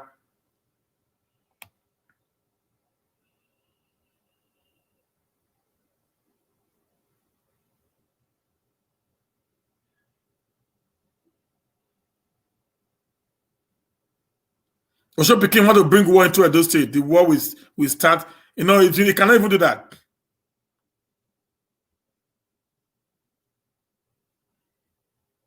They are a separate arm of government. The old judiciary system in Nigeria ought to be ashamed of themselves for taking bribe. They're always good at taking bribe.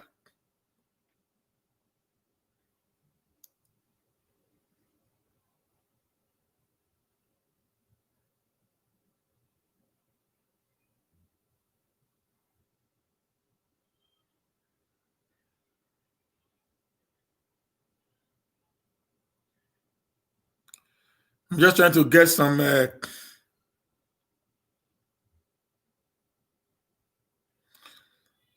have said it. Nigeria is a banana republic.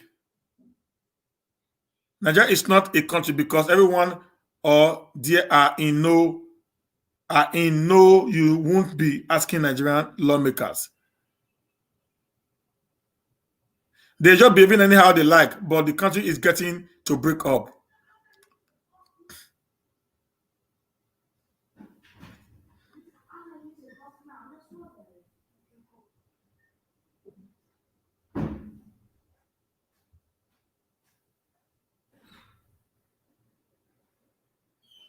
One day, when Igbo land becomes independent after Southern Nigeria, what will you name the Edo State and Delta State nations?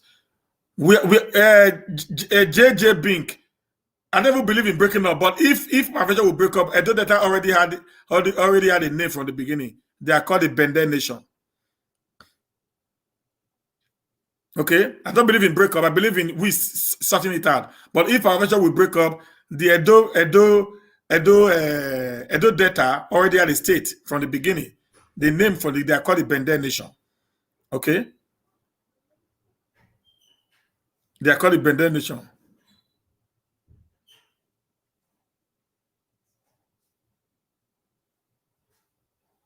This is what Buratai want our children and people from the south to suffer, but we will say no to it with the last blood in our veins.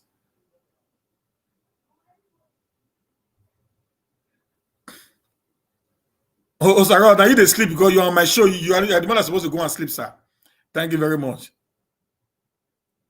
The problem in the Satan leaders are so wicked, but we're gonna wake them up by force. Yes, brother, we need to wake them up. That's it, my brother. When all of them have security, all of them have security. They don't care. My brother, how do you expect them to speak up when all of them have security? Security guards protecting them. That's the problem, my brother. So much security guards everywhere, so they don't care about anybody.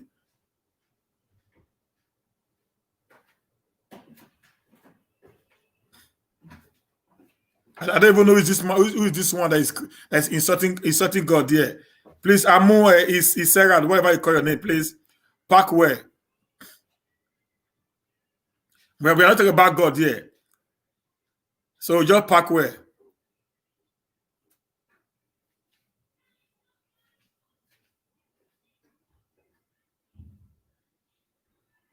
See, this one is not done.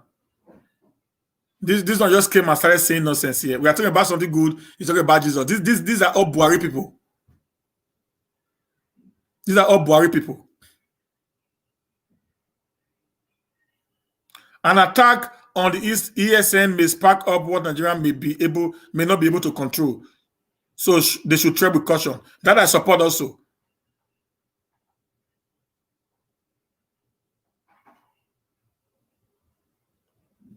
That I definitely support also.